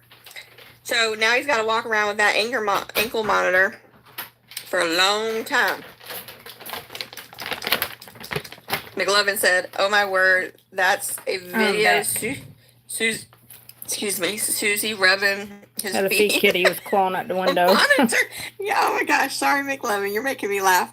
Yeah, do a video with Susie rubbing his feet with a monitor on. Please. I'm going to send this to my mother when you make it. We'll make her laugh. Well, Veronica, do you have any questions or anything you want to talk about? Well, you think anybody else is going to get charges, or you think it's just going to be JP going down? Gosh, that is a great question. That's a great question. You know, guys, I am actually shocked. And this is just my gut feeling. Okay, this is not, I can't tell you for a fact, but I am shocked that there isn't any financial anything right now, like indictments. I for sure thought perhaps we might see something in that department. Did y'all? Or is that just me? Right. Yeah, I'm surprised too, because that was like one of the main things was the financial stuff. Well, yeah, because you got 50 million, and that's exaggeration, but you got 50 million LLCs out there and everything else. Right. And so people are saying a lot more coming. I mean, I'm probably sure that when you're indicted by the FBI, more than likely they're looking into everybody around you. You know, it's not just you. They're looking at all of his associates and sidekicks. So, you know what I mean? Yep. Hi, Spicy. And welcome. I haven't seen you in forever. I love her name, guys. Spicy. Love it. Well, I think that there's probably, hopefully, going to be some more come.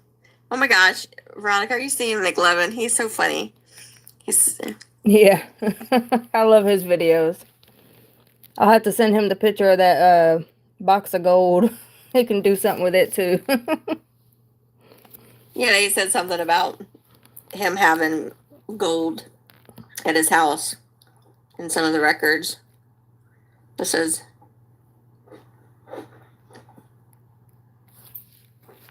Yep. So, anyways, let me look in the thing. My husband's laughing because you guys want to know why. Can y'all hear my husband laughing? No. My husband's laughing because the bird just came and landed on me. I have a bird. He just came and landed on me, and he just literally went poop. For real. Like, right now. And now my husband's laughing, so he's cleaning it up. Like, who does that after the day I had today? They say it's good luck, by the way. Are y'all with me? It says, I have a feeling Susie will have her own indictment soon. Gosh, I hope. Yeah. So Spicy said, I really want to know and see real marriage certificate of Susie and JP. Yeah. Yeah. Well, yeah, so overall, my experience was good. I did go in, I went into court today reserved. I'm sure people noticed. I was kind of sticking to myself, doing my own thing. And that's only because I have been full of emotions for a long time now. Like, it's been a lot. And I tried to kind of sneak in and sneak out. And I tried I didn't really want to go on the news. Like, I didn't want people to like track me down. And I was actually happy because when I came out of the courthouse, the federal people made all the news people stand behind the gate. So therefore, they couldn't just run up to you to try to get an interview. You would have to walk to them instead of them coming to you. So I kind of like that. And it allowed me to kind of go because I was, my fear today was out of consideration for Mica's family. I didn't want them to want to interview me because today was not about Chris. Today was about Mica. And I didn't want to be, I just didn't want to speak on behalf of her family or anything. Does that make sense? Makes total sense. Yeah.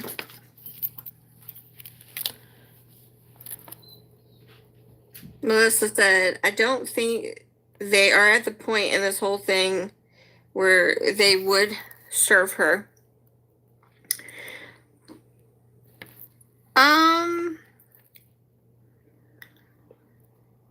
Well, they did. Says notice to testify because he has not pled yet. I thought he put in a plea today. Didn't he put in a plea of not guilty? Yeah, but she's talking about she doesn't think Susie's. I believe this is what she's saying. Oh, She doesn't okay. believe that Susie was served prior to now. I don't know. They did. I have some sources that say that she was, and I'm not talking about Robbie Harvey. I'm talking about, I'm a family member. I have some sources that tell me otherwise. And they did say today that the FBI and SLED are still investigating, so it's not the end of any indictments or charges or anything.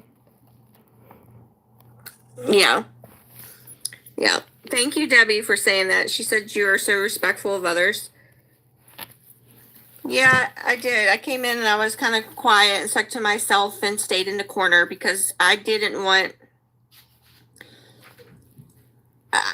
didn't want to take away from Mica. Everybody was there for justice for Mica, and I just didn't want there to be a distraction, but I still wanted to be there because I was in hopes that perhaps Susie would have accompanied him, and I just wanted her to see me, hopefully, and know that I'm not going away. Does that make sense? But unfortunately, she wasn't there. And you know what? JP never turned around and looked in my direction, so I don't think he saw that I was there. Oh, I'm pretty sure he knew you was there. He could probably feel it. McLovin, thanks for saying that. He says, I think it's about Chris as well. Chris was the beginning of some of this. He's not forgetting it. Well, you know what? I'm kind of glad you say that about Chris being the beginning of some of this, because I never, again, I want to acknowledge Mica in what I'm about to say. So hold on. I'm just kind of catching up on chat. Mica is the reason why I even know about what happened to my brother. I mean, I had no idea, and I don't think I would have ever known, never, because I don't think Susie would have ever told me. And she did her thing a lot after Chris passed, and I didn't pay attention enough because my heart was just, I thought she was who I knew, right? I had no reason to question her. But it was when Mica passed, and then a few days after, they're seen out in public, and then I would ask Susie direct questions like, what is this? And she lied to me and said, oh, he didn't have anybody else, so I went to eat with him. It's just one time, and that kind of stuff that she would say. And I was like, okay.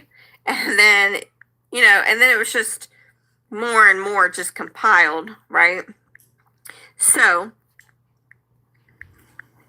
I don't want to ever take away from Mica, because Mica was the catalyst that brought truth to my brother's story, to what happened. Now, with that being said, if you think about JP and all the people he hurt, I said this to somebody today, he hurt Mica really badly, so I'm never going to take that away from him. I mean, her. But he's also hurt so many other people, and it dates way back, even before Chris, even before. And so it's like, I try to look at the big picture as well. So I'm glad some of you in here do see that with my brother. Because the abuse that person does goes deep, and it goes far back. And if y'all disagree with me, please tell me. Totally agree.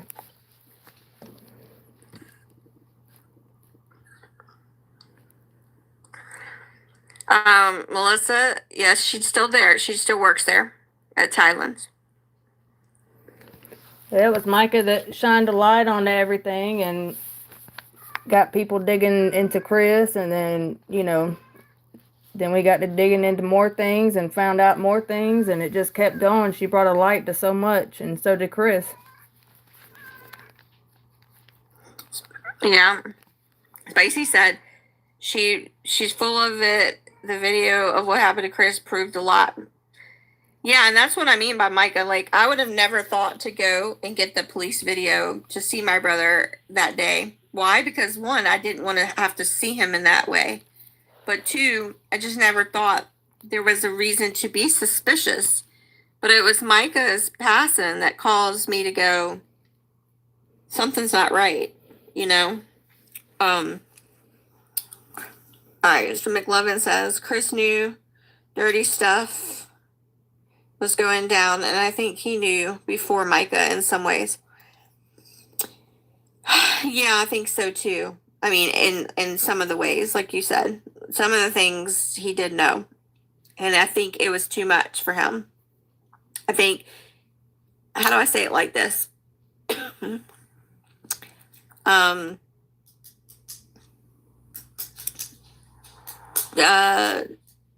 We all know that John Paul can appear to be a very manipulative person, right? So he's been, you know, he has mastered the art of manipulation for a long, long time. You know, I don't even know. It's probably even dates, obviously, way before Mica, way before Chris. I mean, he's been a master at manipulation. And so who knows? His lineup is probably pretty deep. So I'm hoping that this does bring some sort of accountability. And then as far as Susie goes, I told somebody this today in the court area. People, you know, I know all y'all are like, I wish she'd get locked up and stuff like that. So I just want y'all to know, I know this is going to sound strange, but when I came on the scenes, my heart and my goal, I think y'all knew this by seeing me talk out for the first time,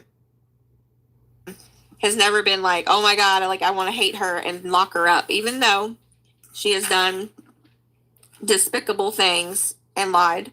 My heart has never been like, I want to destroy her and harm her.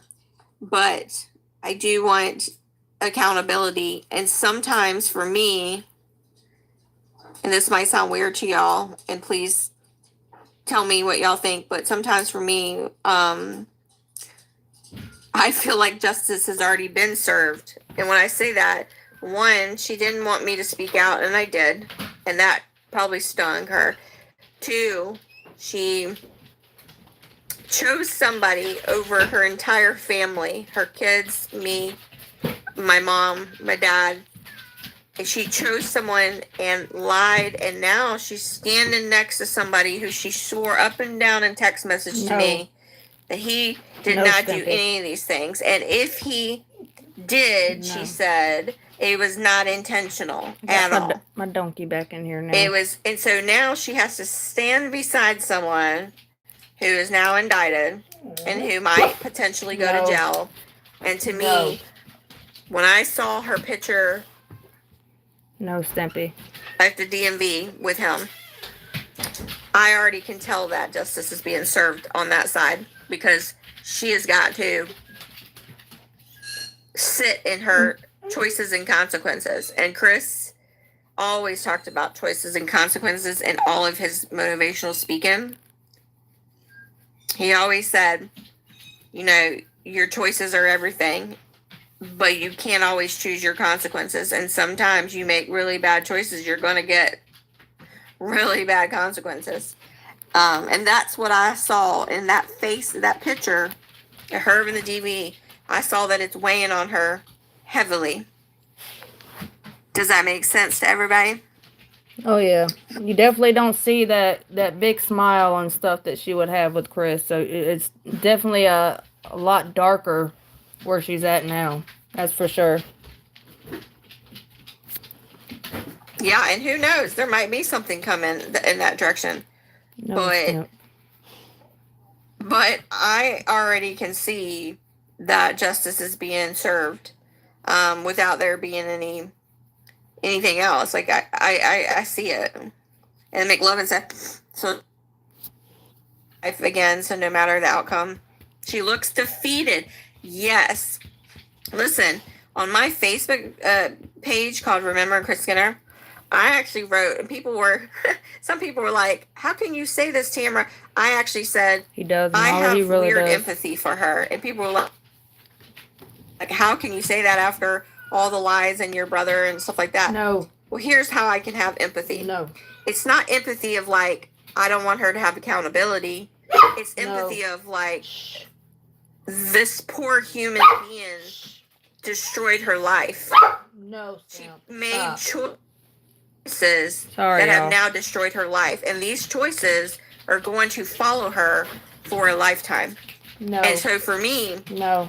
I have empathy for the fact that she made bad choices as a human being, and I see them, and I see how it's going to destroy her life for a long time. Does that make sense? Oh, yeah. And especially with her, I mean, I feel so bad for the children and the rest of your family. And I know she's got to think, like, she's got to live with that and think of that every single day. Yeah. I feel bad. Honestly, my heart goes out to them too. They lost their daddy. And in my opinion, they essentially lost their mom. Because I know that they don't approve of that marriage or that person. So, and I've been working on something else that I can't discuss, just so you guys know. There's something else that I've worked on that I'm not allowed to discuss. And that will happen in 2026. And I'll just say this, when it does, it's going to be another Leave the kitty alone. form of justice that is going to follow. And Leave kitty so just alone. know, that's why you don't see me too, worried too much. Hi, Leslie. Thanks for joining. Hey, Leslie, I wanted to say this while you're in here. I didn't mean to come on your live and immediately announce like, hey, I'm gonna go live at 9:30. I didn't mean it. Oh. If it came off the wrong way, I'm sorry. I didn't mean it that way. I didn't mean it to take away from your live or to be like, hey guys, I didn't want you to think that's what I meant. I just meant I didn't know how long you were on. I didn't know how long you were live, so I was wondering if you were. Anyways, I just didn't want to take away from your live is what I was trying to say to you. But you know what? When you comment in these little comments, it's so hard to put words into these small things. Yeah, text don't have feelings or show the emotions of, like, when we're speaking and stuff. So it can, you never know, like, did that come out right on text or? Sorry about that. My dog's a little mouthy. But yeah, no, you're right, Veronica. You can't tell you really can't tell someone's true heart and intentions by reading a message, because somebody could say something and, like, I'll give you guys a good example. Last night, is Melissa Kaysen, or I'm sorry, not Melissa Kaysen, Melissa Pfeiffer, are you still here? I just want to see if she's still here. Because I wanted to say something about, like, tone and intentions and things like that. Okay, cool. Thanks for saying that. So, like, last night, like, Tree's Live, there was a discussion going on about a certain person, right? And I made some statements, and boy, when you look back at it, you can see where it might be coming across to somebody reading it as, like, aggressive or, like, something like that, or where it could be a different tone in my heart, which is like, hey, it kind of looked this way. You know what I mean? There's a difference when you say it, when you go, hey, it kind of looks this way. Is it this way? Question mark, right? Like, and sometimes it could be taken as like someone's attacking you, and you know what I mean, based on what you write. And that's why I hate these chats, because when you go and you chat, it's so hard to write out something, because TikTok, as soon as you write enough, it stops the comment, because you can't write but so many words in a comment. So it kind of takes away the tone and intentions. So last night there was a discussion, and so I want to clarify that real quick on what I was trying to say since she's in here. I'm 100% in support of protesting and advocacy, and I don't think I've ever said that I wasn't. And in fact, let me just say this, early on when it was happening and I was connecting, there were some conversations that potentially other family members and other areas, I'm just gonna say it like that, were kind of saying they didn't want the protesting, right? And I was one of the family members that said, no, I think it's good. And I think y'all should keep going. And I think you should do it. And I'm in support, like, because again, the protesting at the church every Sunday keeps JP on his toes, right? It keeps him knowing that people aren't leaving. We're not backing down type of a thing. Does that make sense? So what I was trying to say with my heart and my intentions last night was the only thing that and this is how I was trying to say it without upsetting anybody, but out of everybody, right? Mica's family, and then of course my family, we have very deep personal reasons to human being to a core, right? We have very personal reasons to not like John Paul Miller. And I was just trying to say, and this is not a judgment, I promise, on anybody, but I was just trying to say, when anybody is advocating, and this is anybody, this is not just the protesters at the church, this is anybody. Leave that kitty alone. I just don't want, how do I say it? I don't want to provoke JP. I don't like him. I don't want to see him successful. But I just don't want to go looking for a fight. Does that make sense? I don't want to run up to him. I don't want to run up to his church members. I don't want to go trying to do that. Now that was what I was trying to say. Now that was not right. It puts the whole protest at risk. Mean or judgment. I'm sorry. Go ahead. I was gonna say it kind of puts the whole protest at risk because they already got to face like so much scrutiny and then like false allegations and stuff from JP and stuff. So it just, I know, like last night in the chat, it was, but we were talking about the beforehand stuff and not necessarily that moment. So, if I'm making sense, you know what? I think it's a sensitive topic because truly everybody, I'm hoping everybody in this in what the movement has really been here because they really want to see this guy have some accountability. And I believe majority of the people do. But I just wanted you to know my heart. I wasn't trying to be mean to anybody. I was just trying to say, don't go looking for fights, right? Because that's different. I think the protesters, and Melissa, I hope you're receiving this and I'm receiving it well, because I think the protesters do a great job when they're out there and they're doing their stuff. I don't want anybody to get harmed by going and doing extra stuff that could potentially get them at risk, I guess is what I was trying to say. Because when you do that, I don't know, with scripture it says you don't fight evil with evil, so that's kind of where I was trying to come from. But you know what, in these chats, it's hard to write that out in a Facebook chat. I hope it all makes sense what I'm trying to say. Let me scroll in the chats and see if I missed anything. I think I'm pretty sure Melissa understands.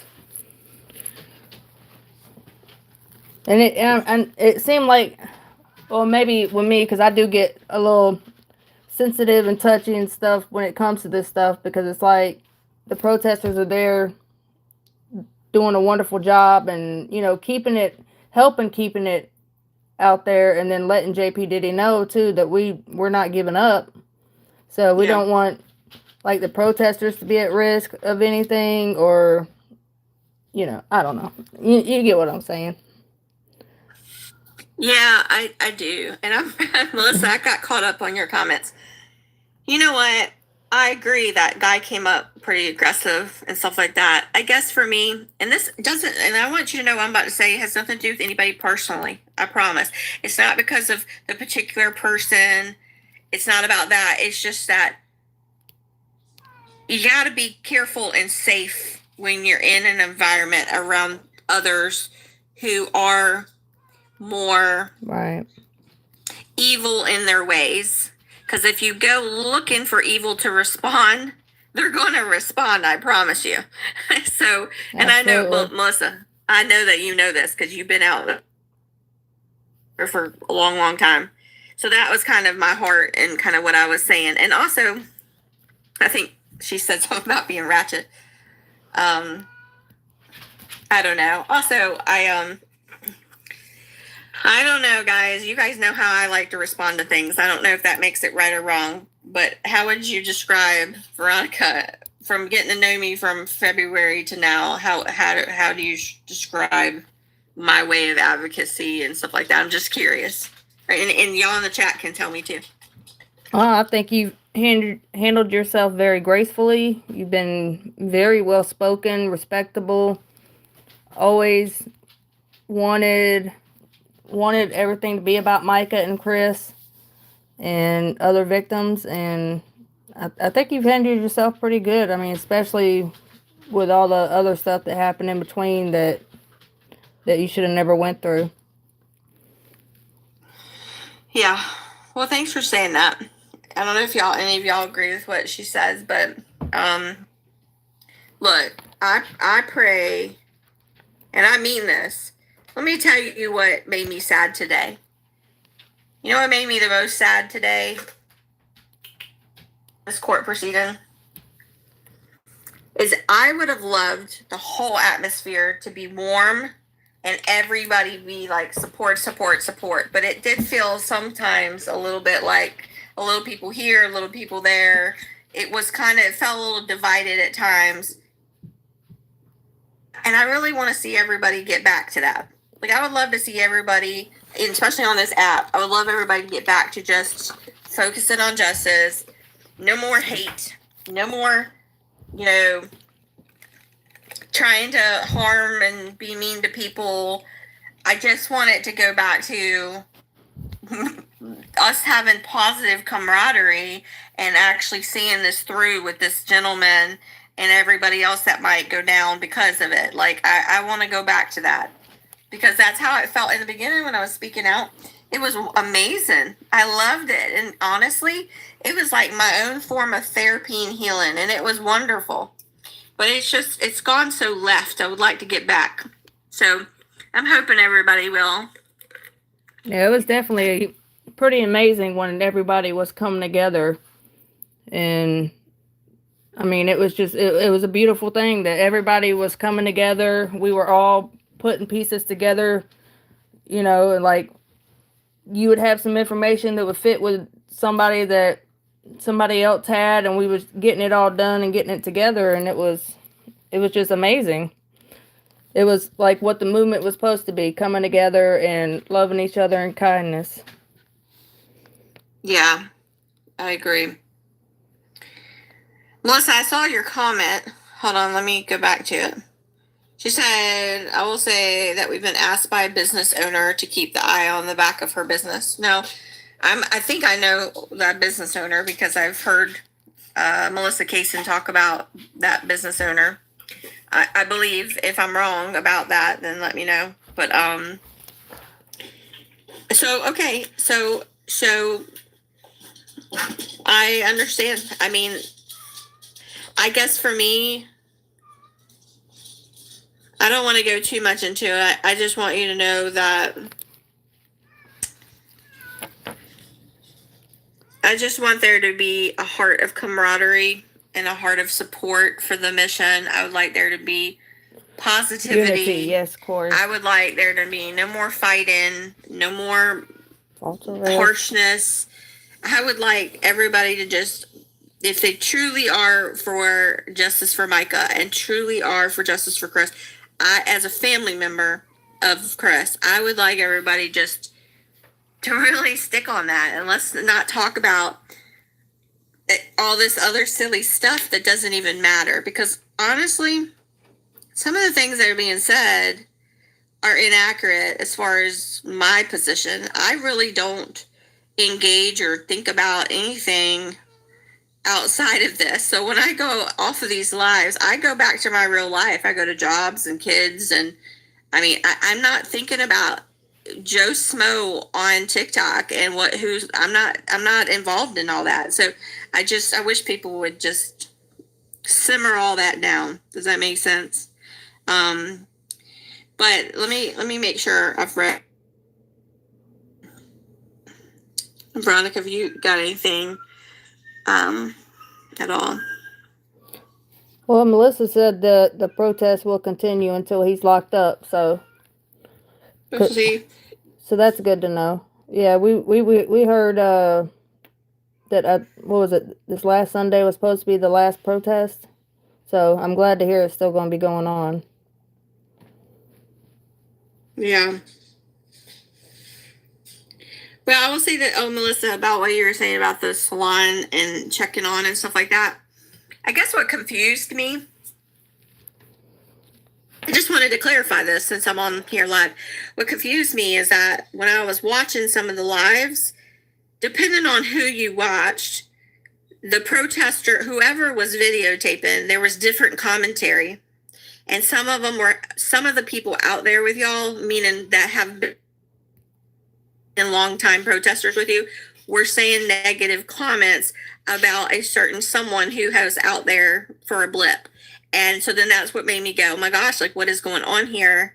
So I just wanted you to know that it wasn't just, a random opinion I was listening to. There was at least two that I heard say some negative stuff and basically said, like, this is not what we stand for. We shouldn't be doing this. But I do know, let me just say it like this. I do know that misunderstandings happen fast. And it's about what do we do in misunderstandings.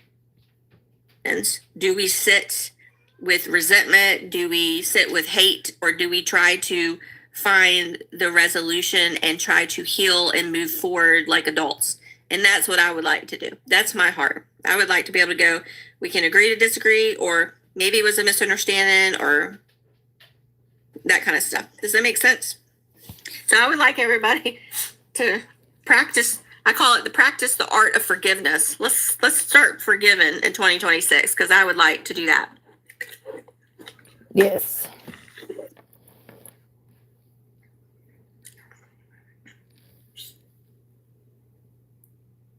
I hear you. Melissa, I hear you.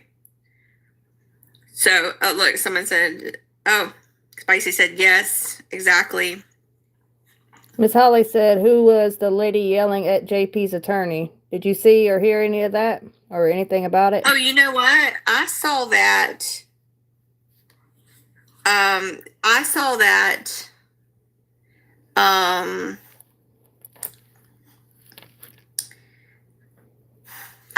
I don't know who that is. So someone does tell me what it is. Okay, so the Hennessy family. I think I know who you are. I think I do. So what do you mean by that? Please clarify that in the comments. It says forgiveness is one thing, but trusting is another. I agree with you. I mean, look, forgiveness doesn't mean you have to have another relationship with someone. Mean you have to have them in your lives, and doesn't mean you don't have boundaries. I mean, that's how I feel about Susie. I'm going to forgive her and release because I have to for my own sanity, but it doesn't ever mean that I'm going to engage in another relationship. But I don't want to harm. I want to keep trying to attack her. I would like to be able to release it, because guess what? God is going to vindicate the way he sees fit. Keep hitting the wrong thing.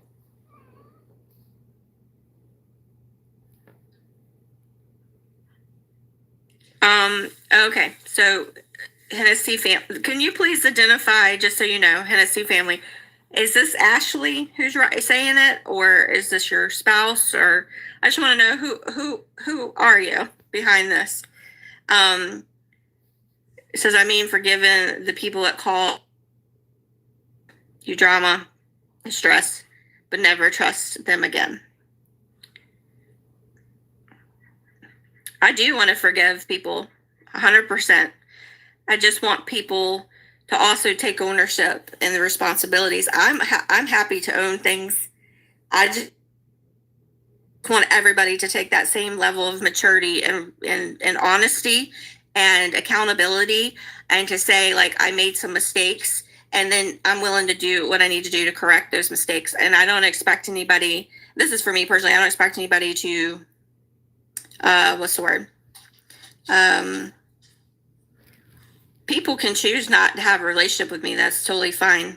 I just don't want any more harm. And I want that everywhere. Everywhere.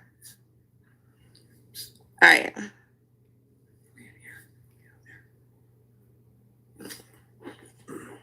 Let me just look in here. It says,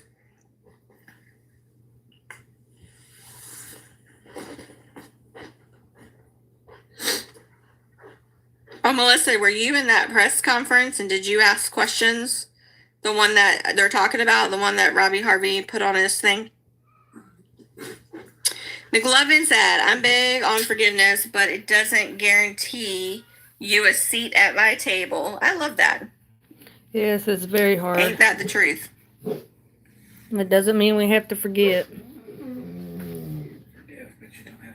Okay, hold on a second. And let the behavior like continue. People within the Justice for Mica movement got to know which ones are real and which ones are not. Who said that?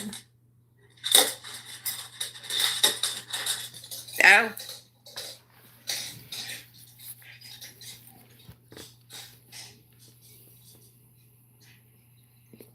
Okay, you're going to message me. The Hennessy family, you're going to message me? Okay. Cool. Hi, Gail. Welcome in. Look, this is my first... You know what, Melissa? I think I missed your comment earlier. I think you were trying to tell me about being standoffish at court or something about that. I don't know. You were saying something. I think I missed it. Y'all leave the kitty alone. Okay. Yes, so you're going to message me. That's been my lesson here lately, is discernment. Definitely. Well, look, this is my first live that I have done. And for, like, gosh, like what? Since like September or something? I typically don't like going live anymore because I don't know if y'all saw it in my post that I did. But I did a post about like why I'm advocating, like what is my importance, my level of importance. And I also said that like a lot of things that have happened has caused me to like shut down and not really want to give any more information. And I know it's sad, but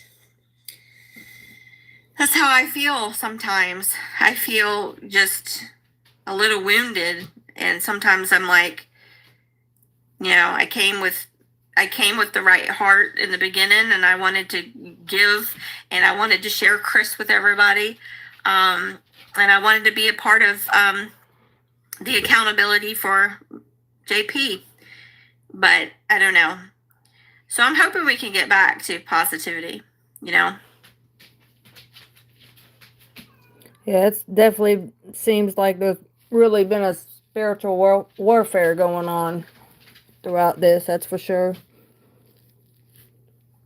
It's like the more bad it comes, it's like the more truth that comes out too, so.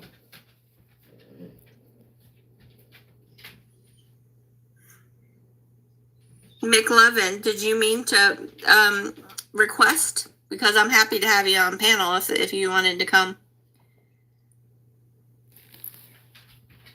Leave that kitty alone. Let me just go back and look, make sure I'm not missing anything. Well, guys, do you have any questions or anything for me? Because it was for the most part, it was a great day going and experiencing that and going into federal court and watching him and. Yeah, and I can say we've been spiritually attacked several times last year throughout this. Hennessy family, thank you for saying that. I appreciate that. You have a good night, Melissa. Oh, wait, she's leaving? Hold on. I'm kind of... Yeah, she said she's going to hop off. Bye, Melissa. Thanks for joining. Appreciate it. Me too. Okay, McLovin. He said I didn't mean to. So, McLovin, what is going to be your next video? I want to know.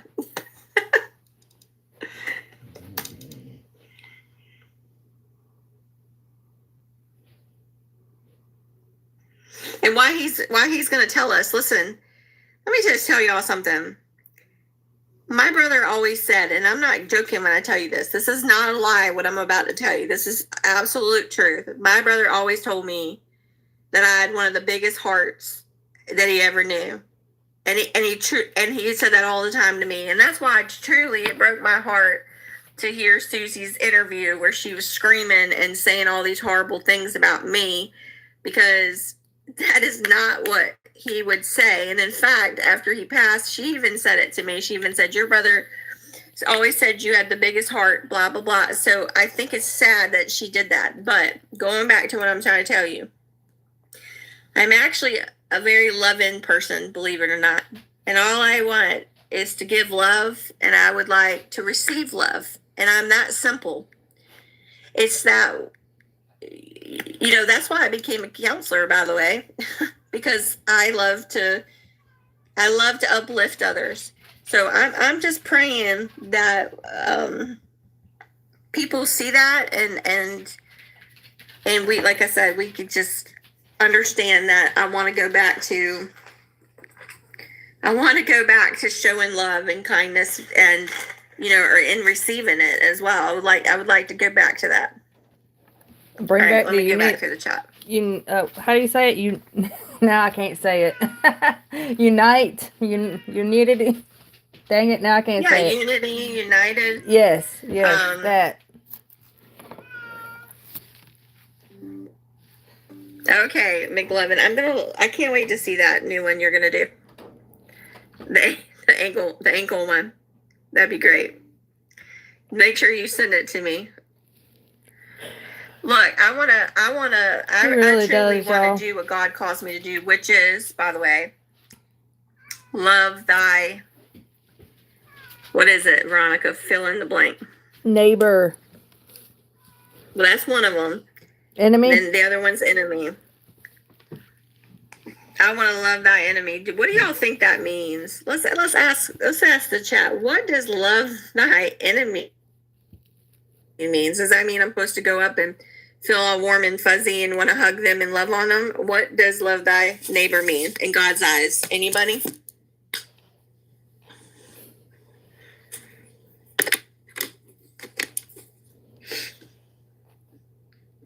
I agree, Miss Holly. It is hard. I think it may, you still love them, but you can love them from a distance. Like, you don't necessarily have to involve yourself with the enemy, but you can love them from a distance. And where was I going? No, I think you're doing great, Veronica. I know I've talked a lot tonight, so please feel free to pray for them. Pray for them. Preach Yes. it, girl. Yes. Pray for them. Let's see. Love them in small doses. Yes. Give them grace. And it keeps hate from your heart, from growing in your heart. Yes, absolutely. That's where I was going. So thank you, Greta. Yes. Because you don't want your heart filled with hate. That's not a good feeling, and can actually make you physically sick too, carrying so much hate and unforgiveness. Amen. Amen to that. Yeah. Or like you always tell me, you got to guard your heart.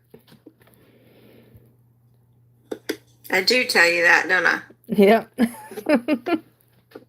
You do have to guard your heart. God says everything flows from the heart, and it's truth.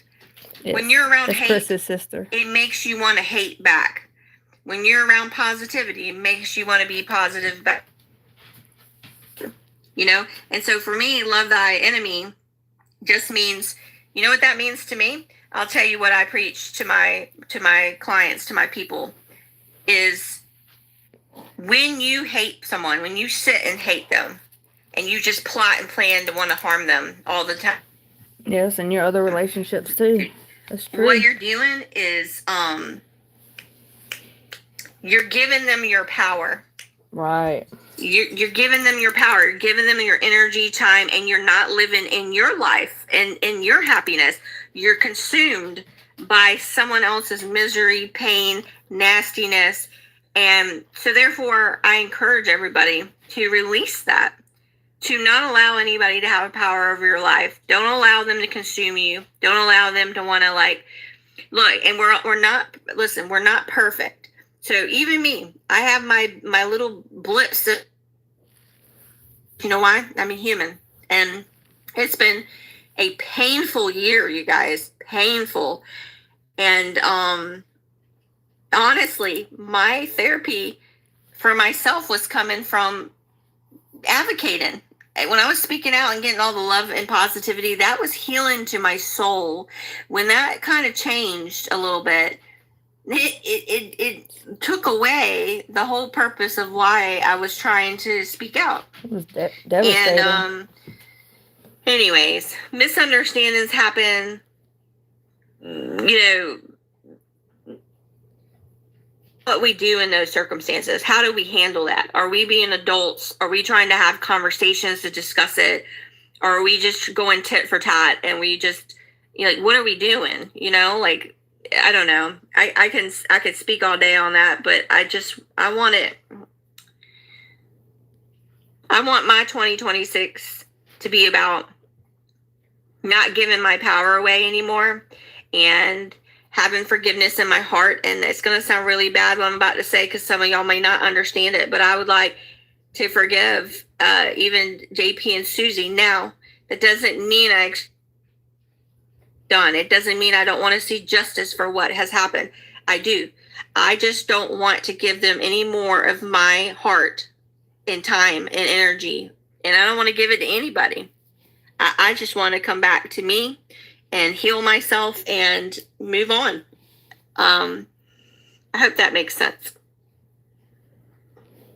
Makes total sense. McLovin said, you are not responsible for the negative perceptions others create about you in their minds. I agree with you. You know that saying, what other people think about us? That's how I feel. Right. It's like, you can't convince others. You can't win them all, I guess that's the way, right? You can't win them all. You can't make everybody love you. So it is what it is. And then McLovin said, don't let their fiction become your truth or a burden to carry. Yeah. That's a good one. You know, in my office, I have, and by the way, Hennessy family, I didn't see a message from you. It sent me one. I don't see it, but that's okay. Forgiveness is your own healing, and not to allow bitterness to harden your heart. It's hard. It absolutely is hard. It is hard. Yeah.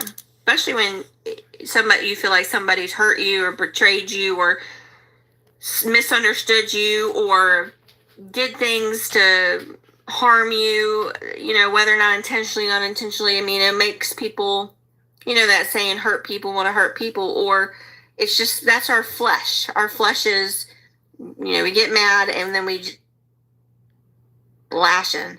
And I think we're all guilty of it, but some are, you know, it just depends on what variation, how much, you know, you're going to let it happen a lot. You're going to let it happen a little. Like, what are you going to do with it? No, you know? I'm bringing it to y'all on this side on YouTube. I feel like I'm preaching right now. Do y'all feel like I'm preaching? Because I'll shut up. I'm on Tamra's panel with her. This is some good old Chris Skinner preaching going on. My brother, he used to sit with me on the back porch of his house, and he would just, we would talk about life and our struggles and Yeah, I'm everything, and he would just talk and talk bringing to the me ticky about talk to love and y'all over here. I know forgiveness, everybody don't have ticky talk, so and I miss him.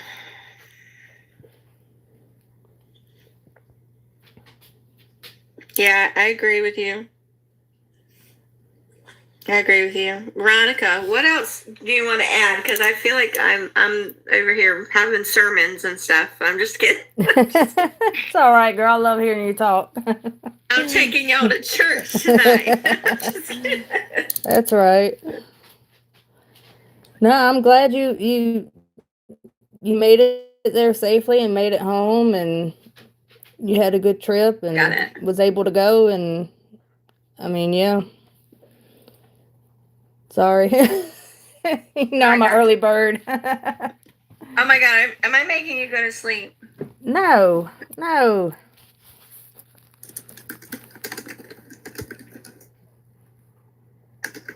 Okay. I had some good points earlier, and I done forgot what they were now. Going back to the forgiveness,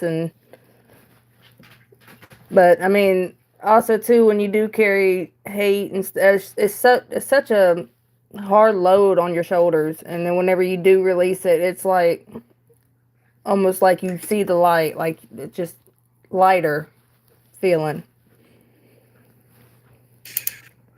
And forgiving and I mean, it doesn't mean you have to accept their behaviors and what's the word, like not condone it, but encourage it.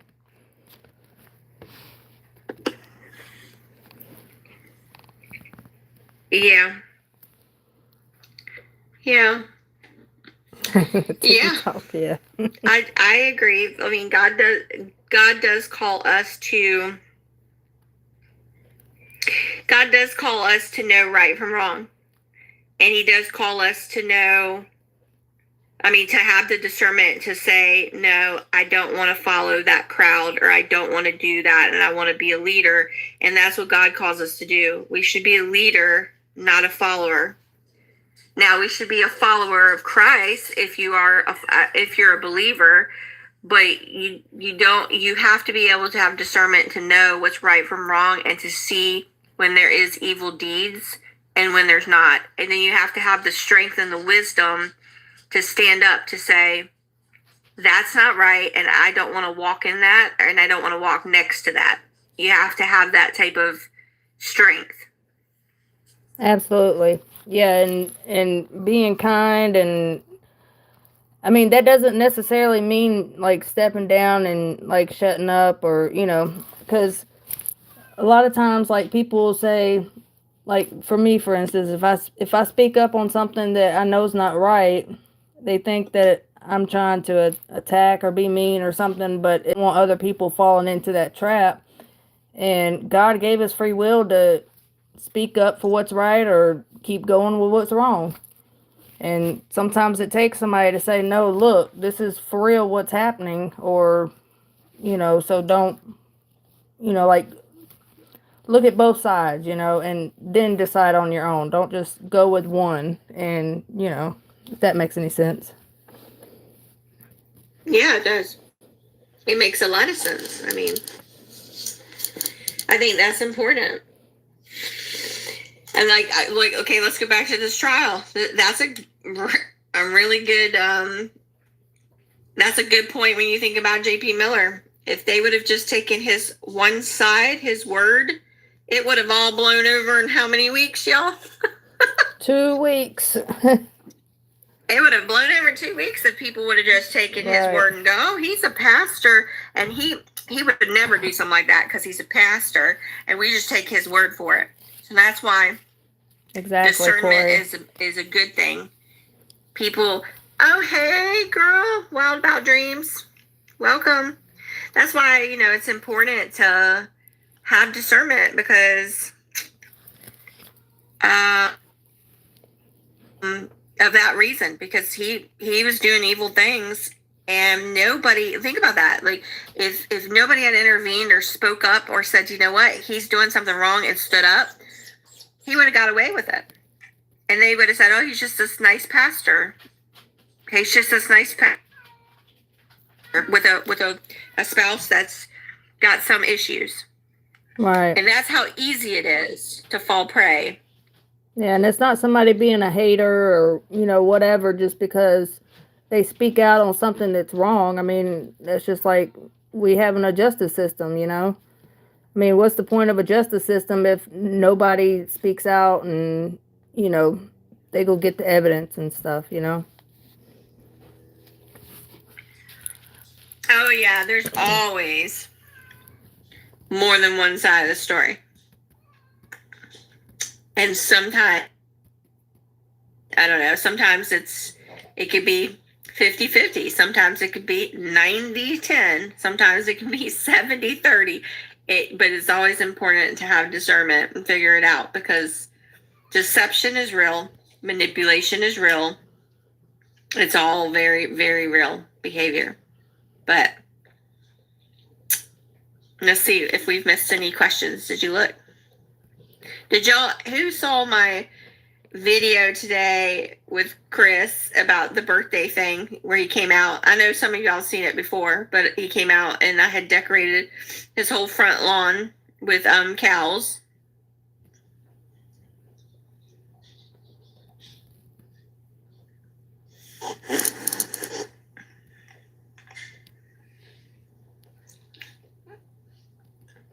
I agree, Rando. I agree with you. Yeah, well, I love that video I posted on my account. If y'all haven't seen it, I thanked everybody who came and approached me today at the hearing, and then I posted the little video of me. I mean, not me, but of Chris saying thank you to me for decorating his house. I came over at midnight in the middle of the night with my oldest son, and I decorated his entire yard with blow up cows. Think about it like this, y'all. I ordered this stuff from Amazon, and I was blowing up these little baby cow balloons that go in the yard, little stake. And then excuse me, and then I had little windmills where you put them all in the yard and they spin, and I literally put them all over the place in his yard. And then I put the happy 40th birthday, and then I made them all cow t-shirts and all this stuff, and I just said, holy cow, Chris is 40. And anyways, and that was a little clip of a longer video where he's in shock about that. And you want to hear the best part of the story? It was really funny. He called me he probably called me about 11 o'clock that morning after I had decorated all that. And he said, Tam, he would call me Tam. Tam, he said, I am sorry to, I don't want you to think I don't appreciate what you did, but is there any way you can come and clean all this up? Because too many people were coming and knocking on my door when they see that it's my birthday. And I don't want people to know. And I said, okay. So I came back over to his house of that whole mess. And he goes, it's not that I don't appreciate it. It's just that too many people were knocking on my door. Isn't that funny? It is. He should have just stayed outside and waved all day. It was his birthday. What do you mean? I said, what do you mean, Chris? You don't want people to know you turned 40? He said, too much attention for me today. So I went and cleaned it all up, and then he made that Facebook post that y'all saw, and that's really special because I don't know if y'all know that, but that's the year before he passed. Chris passed when he was 41, so that was the year before, and that was a special memory that I had. And I love seeing the long video, because the long video, his kids were so excited. My niece and my nephew, they were so excited about all the t-shirts and stuff I made. They were running around. So it was a very joyful event. That's a good baby sister right there. Went all out. Yeah, some sister I am, Veronica. Right. Yeah. That's sarcasm, everybody. Yeah, you went all out for him. That was, and you could definitely tell like the joy on his face and how happy he was to have you and the kids, and I mean even Susie at the time, you know. Oh yeah. Oh yeah. He had a lot of good years.